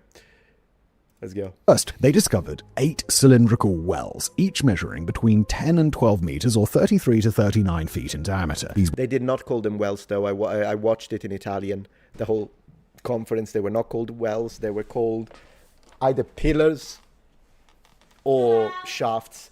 I am here, guys. I have arrived. I've been transported. I've been transported. Where am I? Wait, Okay. wait. I'm waiting. I'm waiting.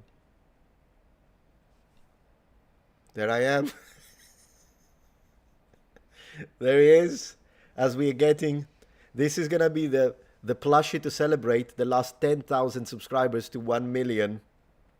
There he is. Historically accurate. The hair is historically accurate, guys. I can tell you that much. I can tell you there I am. So there you go. This is a Metatron plushie, historically accurate with the Brigandine. Celebrity, look at the hair. I actually annoyed the shit out of them, telling them no when they were showing me the designs, and I'm like, no, the hair needs to be longer. They did, no, it needs to be longer than that. So here it is. It's accurate. And you know when I was telling you, yeah, we need to do the wife's plushie. You're right. But you know, I was telling you this is a pedantic edition, limited. Wait for it. Let me see. There we go. Pedantic. Metatron limited. So when he sits to make videos, he becomes pedantic. It's perfect. And then when he stands, he's not making videos, he's not pedantic anymore. How about that? This is like my favorite thing.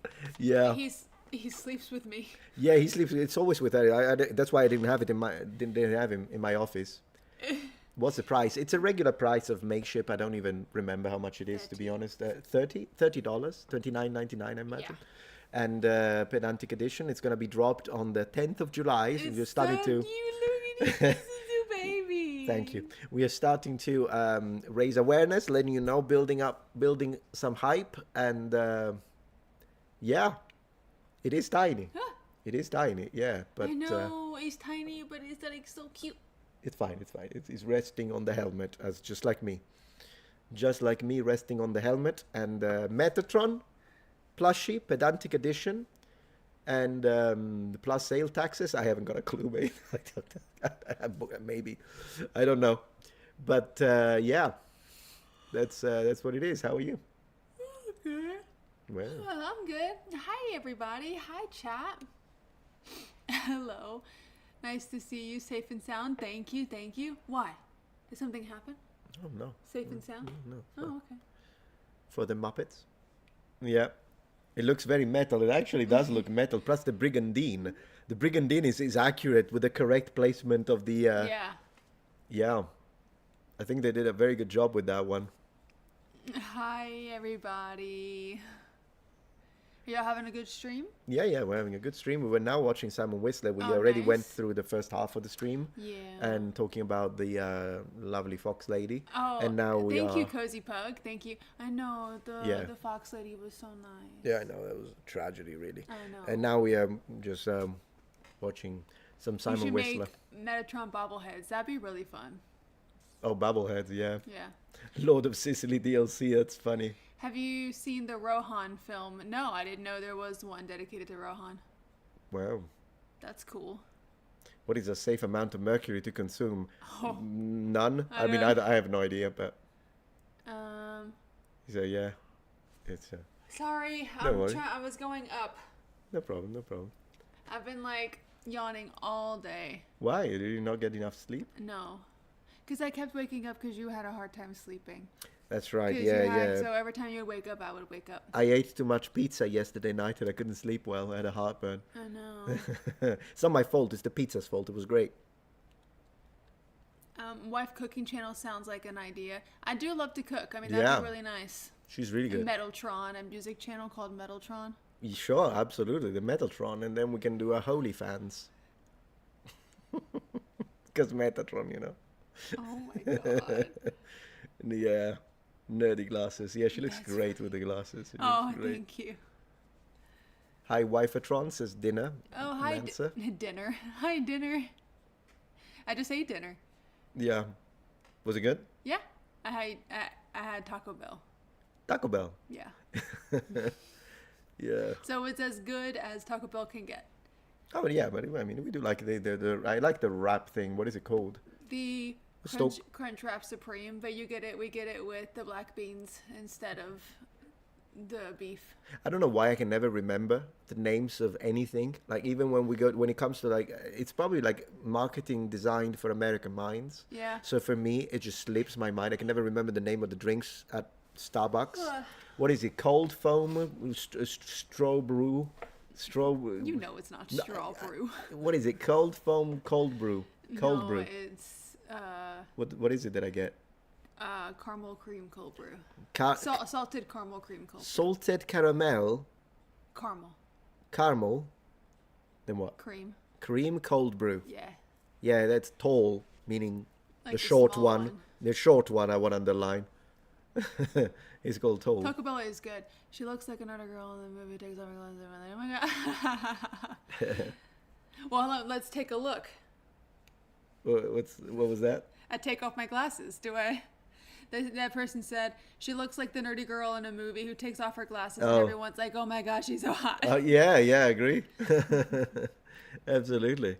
Metatron is a 5 to his remember food rolls in the US. Yeah, -5. Yeah, no, yeah, I have a disadvantage. -5 makes me think you're old school when it comes to D&D. Because now it's like you roll with a disadvantage, right? But when you did specifically -5, -3. Well, we have that. We have the you, -5. you also have that? Yeah, if you, Oh, I see. because my character in D&D has like a -1 strength. Oh, no.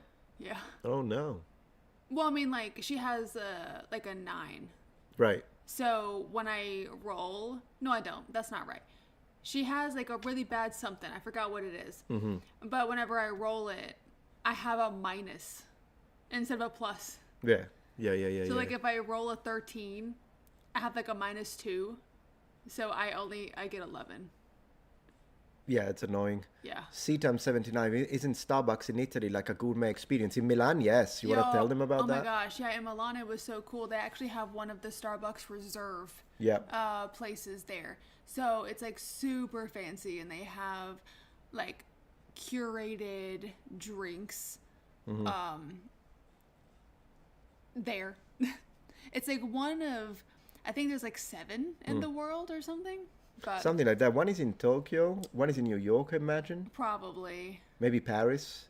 But the one in Milan was very nice, yeah. Yeah, it was really good. So, yeah. Divinity's 2-player. Yeah, I'm aware of that game. Unless, I don't know if you're talking about the game, though. Thank you, Decaf. What a muppet. Ugh. Do you want to sit? Oh, where are you gonna go? I'll stand. Oh no. Nah, why not? A little bit. I need to go take my makeup off and Oh, that's stuff okay. and get in bed. No problem. Cause I get in bed at 8. She does get in bed at 8, but that's to watch YouTube, not to sleep. Yeah, no, I watch YouTube and like read and watch TikTok. Yeah. And then we like watching gamers. Like, yeah, we've been watching Evelyn, Gab Smolder, and Yeah. as she does her playthroughs of horror games, it's fun. Yeah, we like Evelyn. And then Sean started his Death Stranding 2. Right, yeah, Game. I don't know if I'm into that game though. It's really, I'm unfortunately I'm one of those that doesn't really get it when it comes to that game. Yeah, I just like Norman Reedus, Who's that? the guy in Death Stranding. The protagonist or Yeah. the actor that Both. plays both? Oh, right, yeah. So it's like the what do you call it? Capture or whatever. Yeah, So yeah, Motion capture, yeah. Motion capture, and he plays Sam in the game, but it's Norman Reedus. right. You have a tattoo. Are you talking about me? I have a lot. Mm-hmm. You just don't ever see him. Yeah. She has a D20 because I she's do. a D&D girl. I do, and I I have. watched all the cutscenes, but playing it Oh, seemed like work. Yeah, no, I get it. Yeah, to me it feels like a chore.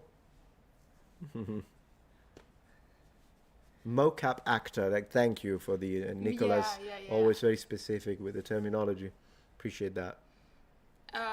Baldur's Gate 3 3. was so good. Yeah, I need to stream it again. I used to stream it a little bit on Twitch, and then I got caught into all those indie horror games because they're just too fun and a little retro. But I'd like to play it again. Yeah, I streamed yesterday. Yesterday we had a really good horror night on Twitch, and it was so fun. Like I finished 2 games, and then I started another one that was so good, and I'm thinking of finishing it tonight. To be honest, it was that good. Oh yes, Stop Killing Games initiative. Yeah, no, I didn't sign it, but I'll sign it. I agree with that initiative 100%. What is it? They're trying Oh, it's to. like a petition? It's a petition, exactly, but petitions actually apparently actually do work in Europe as opposed to, I guess, in America. I heard they're not as strong of a way to make change, but in Yeah. Europe legally, if they, but they have to reach like crazy numbers. But if they Yeah. do, then they could actually help. And the way I understand it, they are what they are trying to do, and this has been misrepresented a lot, unfortunately, by big YouTubers. But what this is like very quickly, it's an initiative whereby they just want to make sure that developers are held accountable when it comes to the games they develop, so that they don't like make a game, then decide they want to drop it. People have purchased it, and then people cannot access the game. So they say at least some Yeah. functionalities, not everything. Of course, if you don't have to run the server, I guess, but some functionalities need to be maintained.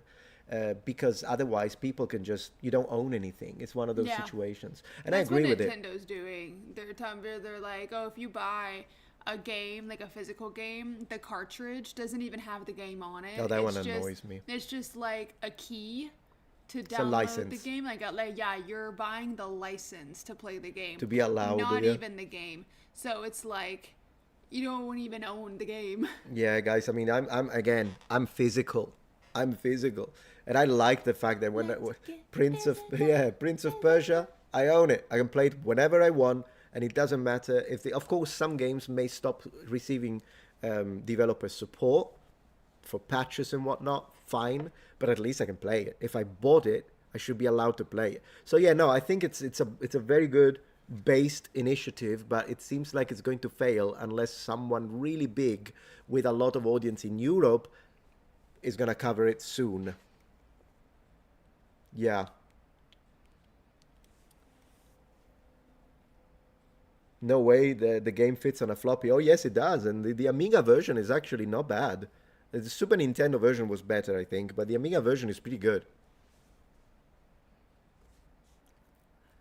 Yeah. Okay, I'm just gonna keep yawning. Don't worry, it's fine. um, What did you have for dinner? Pizza? Taco Bell. Oh, yeah, you said that. I just forgot it. Yeah, I'm not going to eat the pizza, but I think tomorrow maybe we'll eat it tomorrow Oh, because that yeah, one is I a good forgot. pizza. I'll eat it Yeah, tomorrow. it's a very good pizza. How does it compare with the one that we get? From From the other one from Trader No. Joe's? No? Publix, like just like the regular. Oh, it's better. Oh, okay. Yeah, definitely better. The sauce is actually Italian.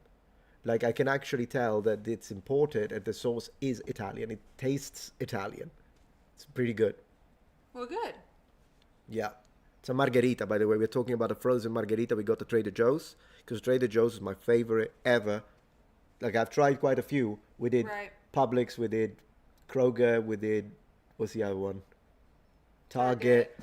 All sorts. Trader Joe's is the best. If you're in America, Trader Joe's, guys.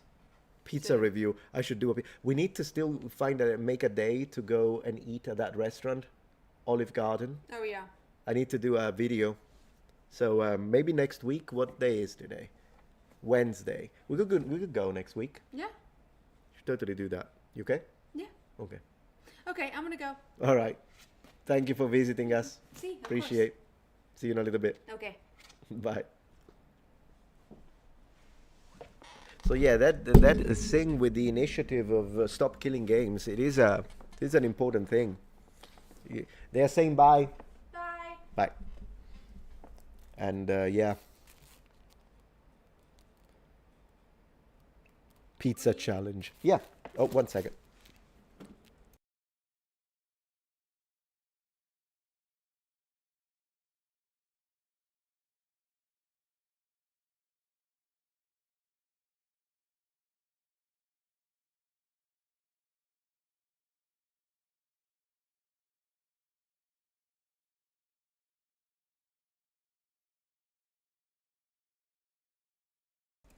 Okay, need a second, guys, because she's not feeling very well, and I want to check that she's okay. I'll be right back.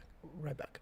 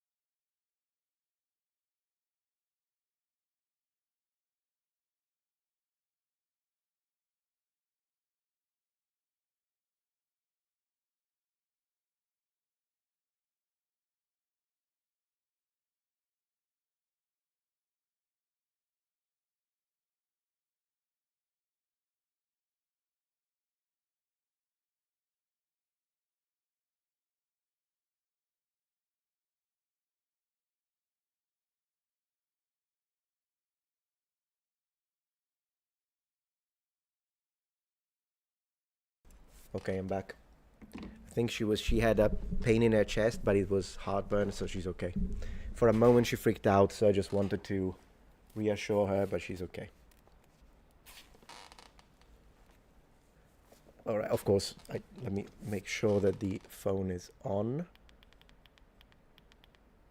Volume up, just in case. No, she's fine, she's good. All right. Okay. It's Taco Bell. That's what it was. It was Taco Bell. Yeah.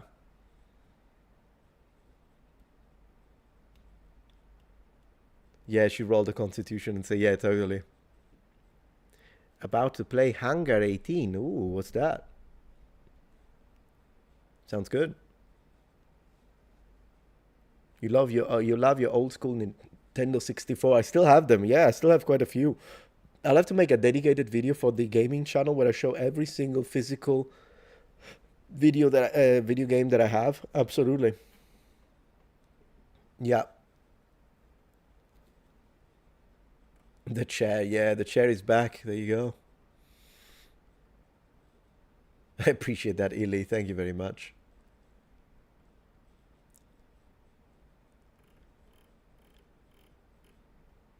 So let me see. I think it's Taco Bell. Yeah, I think it's Taco Bell, to be honest.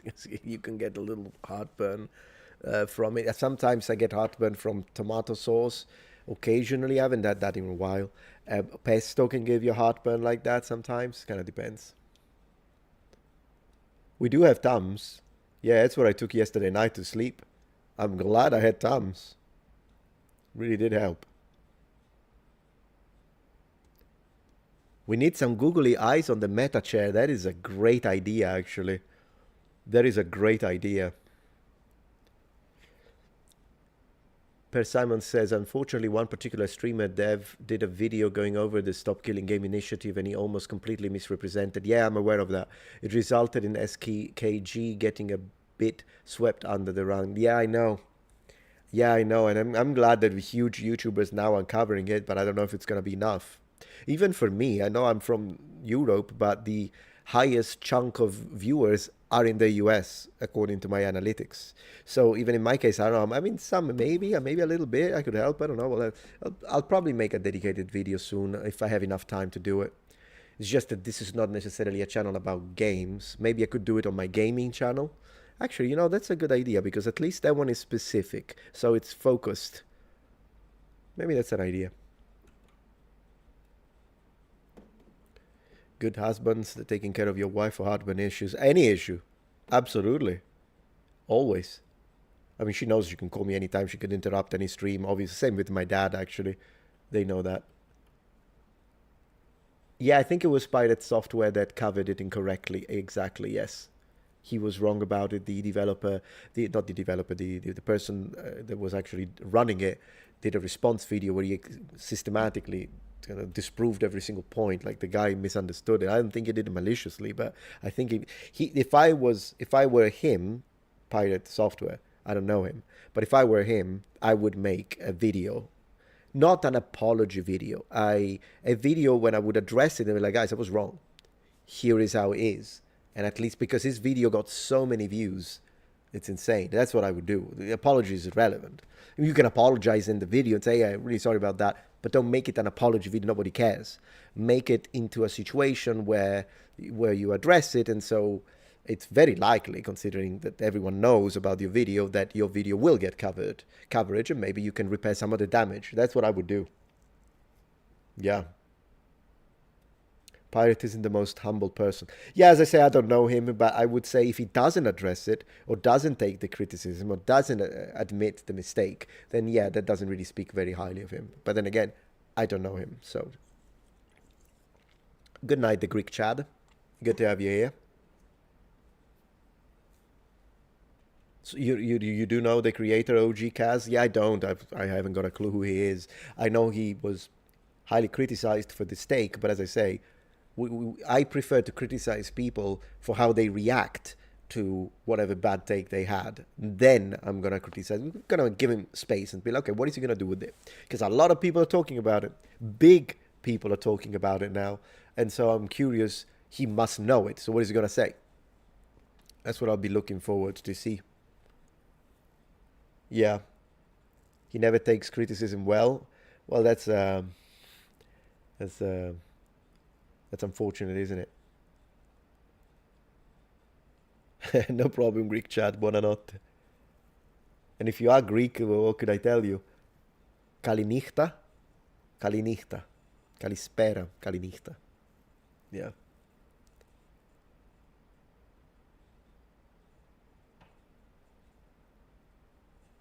Man, the googly eyes on the chair, it's a great idea. It is a very good idea. Let me double check that I didn't miss any super chat. Actually, I did.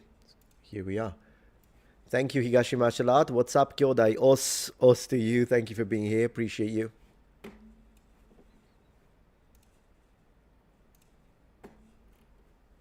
Okay, so what have we got? Hit me with the knowledge, Simon. Wells extended over 640 meters or 2,100 feet straight down beneath the base of the Khafra pyramid. Encircling these shafts are spiral formations, which the researchers interpret as helical staircases, suggesting that they serve as access points to an immense... I don't remember them saying it was staircases. If anything, they said that the spiral tubes looked or behaved like glass. I do not remember them using the word staircase. Now, given that it's not like I memorized the 4-hour conference, so maybe don't quote me on this, but... immense underground system. From these wells, the scan revealed 2 massive rectangular enclosures, each approximately 80 meters or 260 feet on each side. Beneath these structures, the radar detected further formations descending another 600 meters or 2,000 feet, bringing the total depth of the complex to over 1,200 meters or 4,000 feet. Yeah, I mean, at least he's doing a good job at relating the information up to this point. Let me tell you one thing about the word approximately, since we discussed a little bit about the word literally and how it's been misused these days. The word approximately, in this case he used it right, but I heard a person the other day just use this on a video, big video.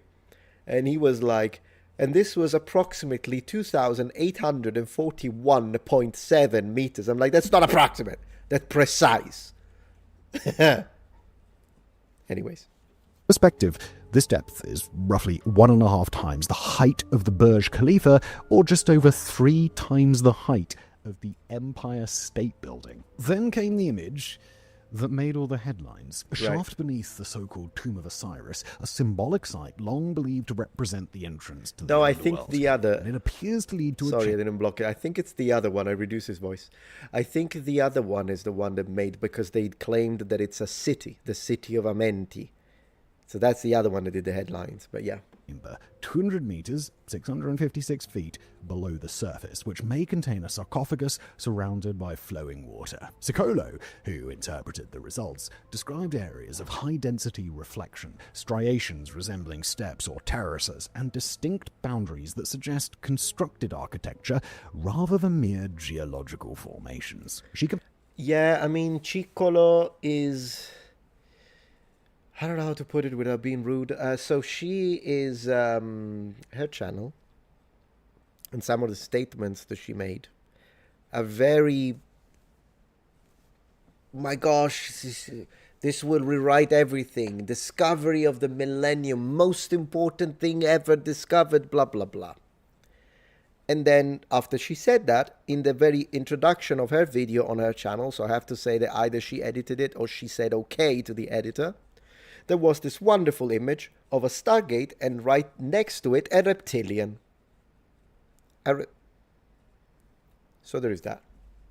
Egyptologist, I'm not sure. Compared some of these formations to ancient well systems such as the Pozzo di San Patrizio in Italy, known for its spiral staircase descending deep into the rock. The team asserts a confidence level above 85% that these structures, wells, rooms, and enclosures are genuine. They also point out that the radar successfully mapped known structures within the Tomb of Osiris, thereby proving its accuracy. And here's now the level of, when you call them a team of researchers and then you say that they have a very high confidence in what they have found, it makes it sound legit, right? But let me tell you something else that Mr. Corrado Malanga is highly confident that it's real, right? So we can kind of give you a broader picture of what we are talking about.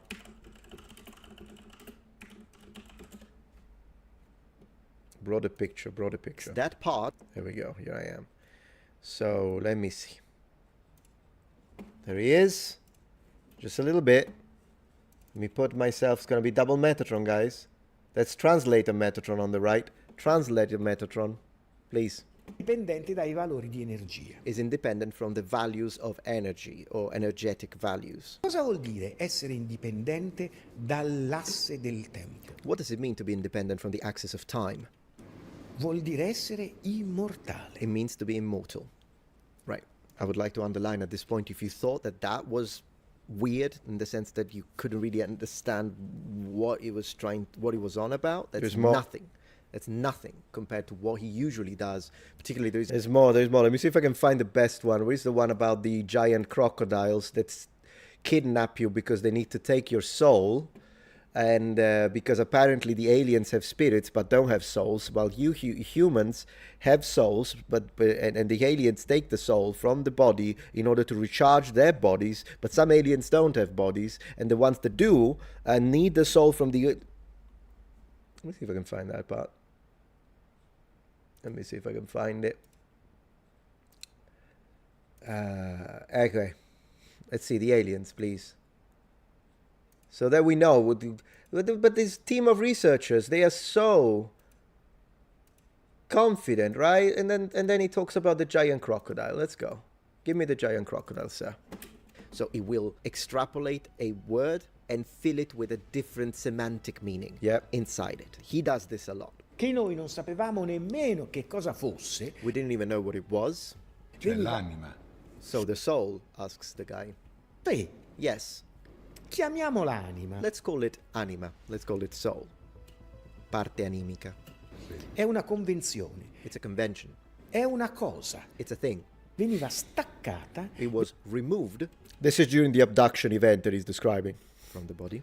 veniva portata all'interno di un altro cilindro It would be brought inside another cylinder dove c'era un altro essere umano where there was another human being, che veniva fatto vivere perché and he was made alive quella cosa lì gli dava la vita. because that thing gave him life. Poi questa cosa Then this thing veniva ripresa e rimessa nel contenitore originale, was taken back and placed again in the original container, dove sarebbe stata ripresa la prossima volta. where it would have been taken again next time. So, Daniele Fabbro, since you're Italian like me, I think you can confirm the validity and accuracy of my simultaneous translation here. I'm not adding anything. Nothing. Where is the part with the crocodile, damn it? That's my favorite part. The part with the giant crocodile. Where is it?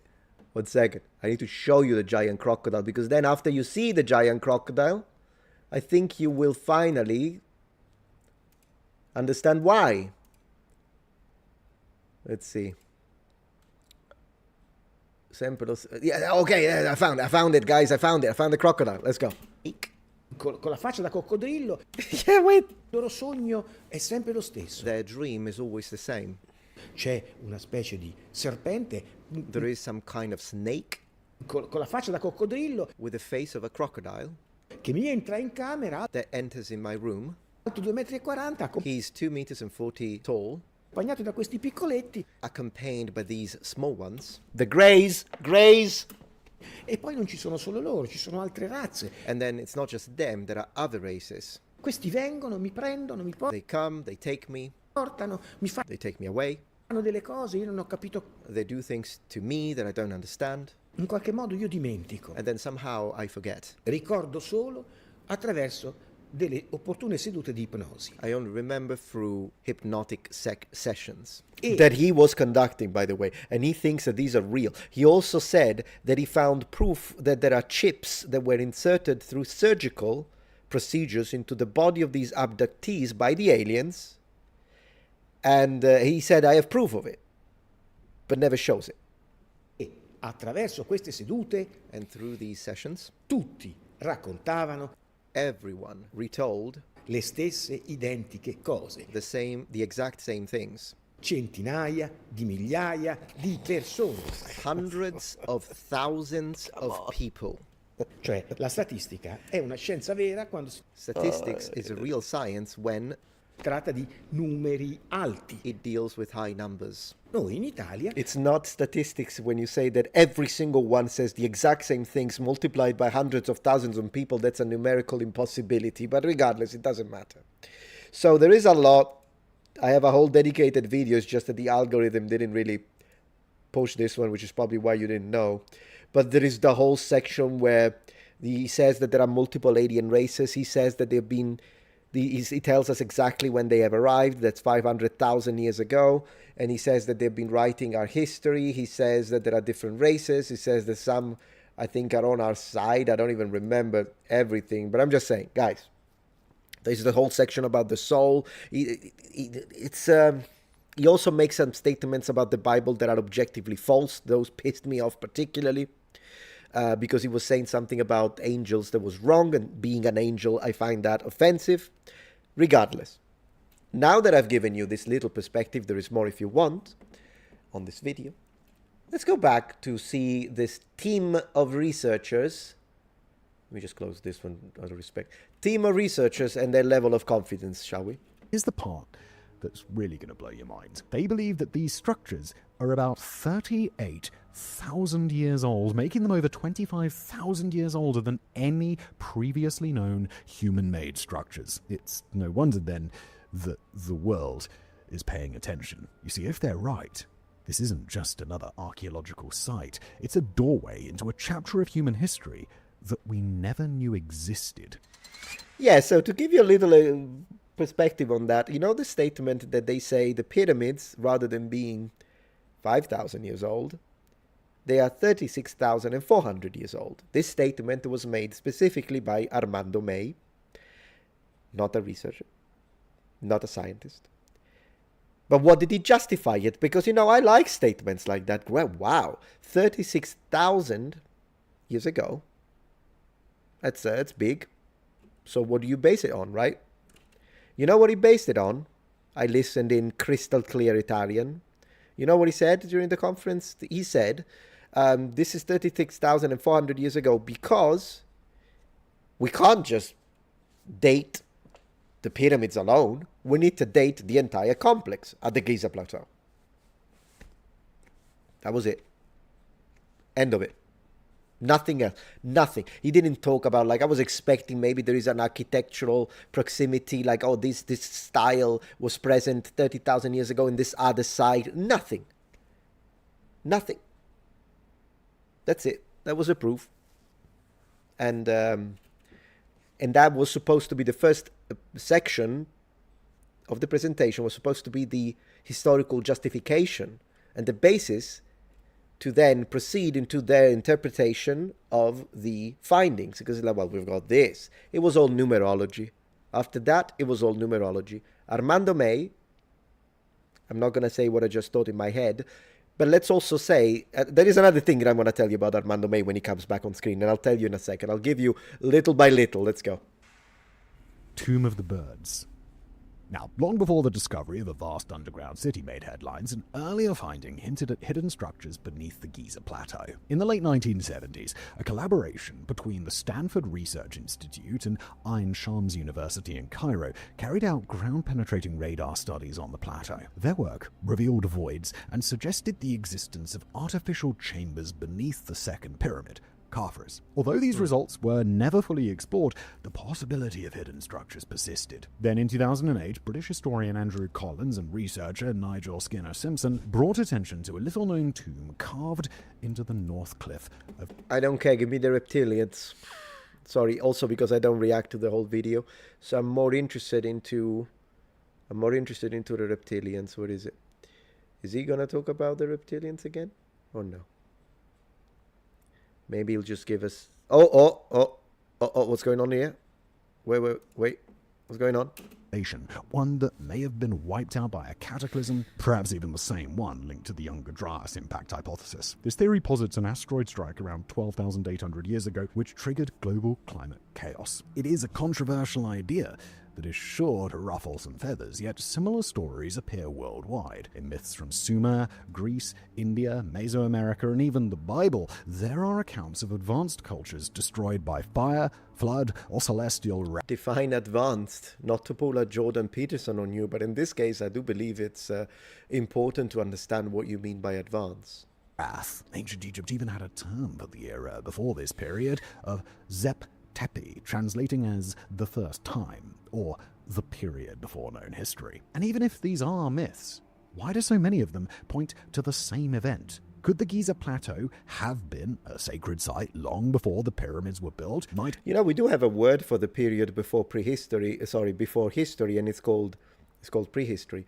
In fact, that's another thing that it's interesting.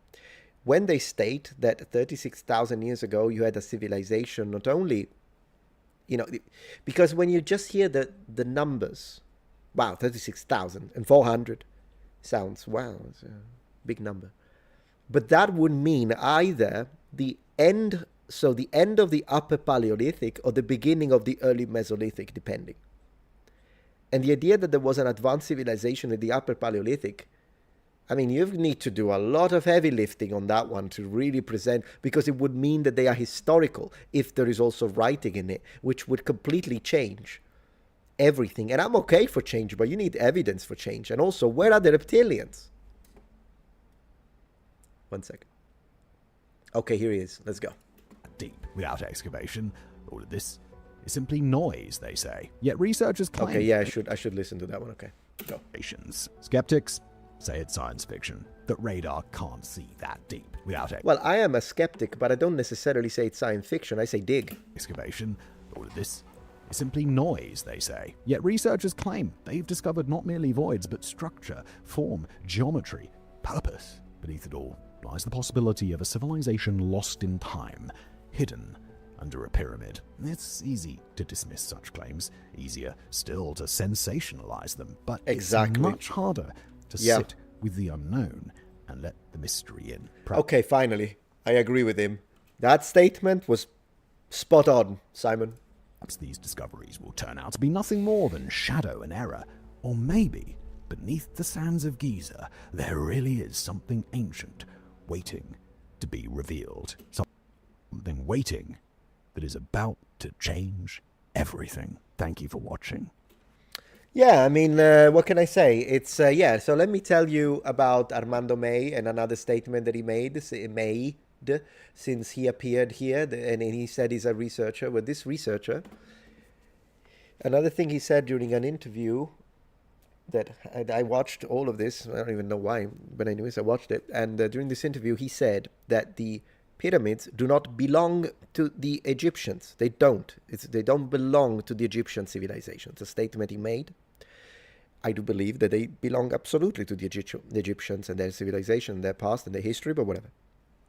Then he said, he talked about these shafts underneath the pyramids, right?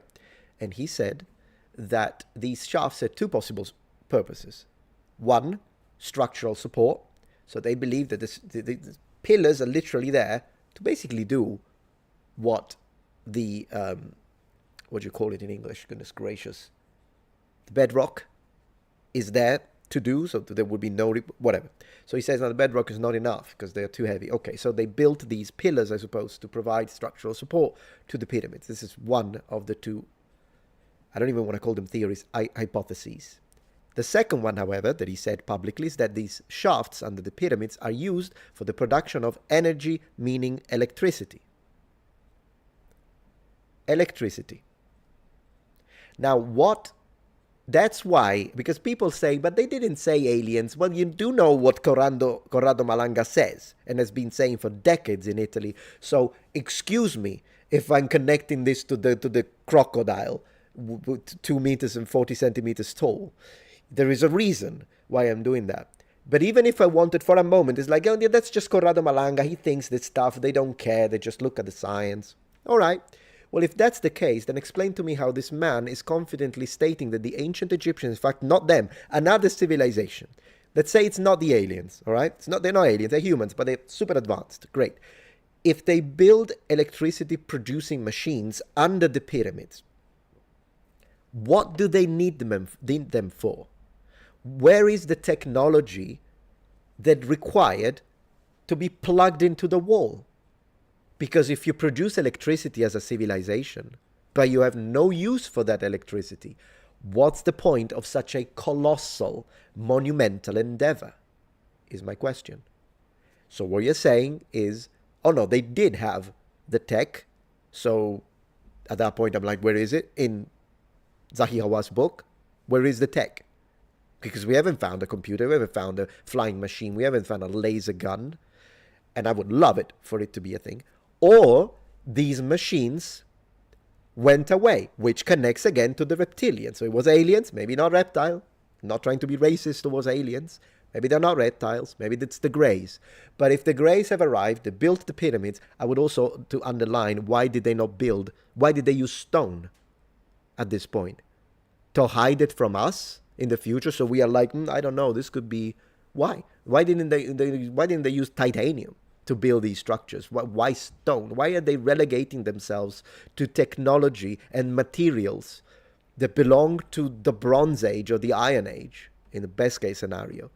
And yet they are capable of intergalactic travel. So why are they not using their own materials? Why are they not using our own raw materials? Whatever. They use stones. They make these machines under the ground to do what? To recharge, I guess, their spaceships. But then they all left. So it's the aliens again. It's like, I'm not trying to be someone who says, oh, anyone who has an alternative idea that goes against mainstream analysis. Oh, they're alien people. No, I'm not doing that. But in this case, I mean, come on, I just translated it for you. One guy tells me about the spirits and the aliens and they steal your soul and they come here, the reptile and the grace, and there is a machine that turns around and flies and then you go inside the UFO and it takes you out. One guy tells me that, lead researcher of this team. And then the other guy, him, tells me about electricity production machines under the pyramids. What do I need to think at this point? And I'm not trying to shame anyone, but I'm trying to justify the level of disbelief and skepticism, and also why it annoys me when people call them a team of researchers. And that's that. So, yeah, Simon, I mean, just giving, not hating on you. Okay, Simon, you do your thing. You do your sponsors, you do your thing. Great, you're successful. Good for you. But I just wanted to provide a little extra context into this, so that whoever is watching maybe my response to this video, maybe they're not going to take the word scientist so lightly. And that's that. Just wanted to provide some context. And then you make your own mind. You know, if you're like, no, Metatron, I really think there was an ancient civilization, but they were advanced. Great. Or if you think, no, Metatron, I think the Greys are here. They're looking at me. In fact, if anything, you're a Grey Metatron. Or you're a reptilian Metatron. And you're just trying to cover up for the reptilians. And you'd be absolutely right. Glory to the reptilian overlords. But, yeah, if you believe that, I respect your freedom to do so. But this is, just wanted to give you some context when it comes to that. Thank you. Thank you for your patience, noble ones. Thank you, Anonymouse75, for subscribing with Prime. That's very much appreciated. And what a thought for my insomnia. Hey, there you go, Loco. Absolutely. You know, it's nice to be able to share opinions and ideas without having to worry of aliens abducting us. Oh my gosh, it's the aliens! Ah!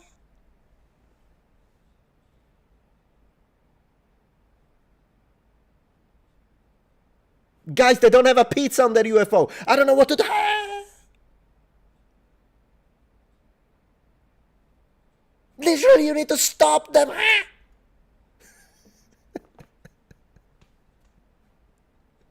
Yeah, so anyways, thank you for watching, noble ones. I think I'm losing my mind.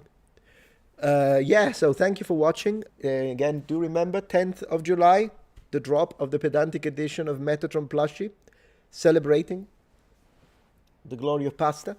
And, Raph, I know you're not a reptilian. How do you know?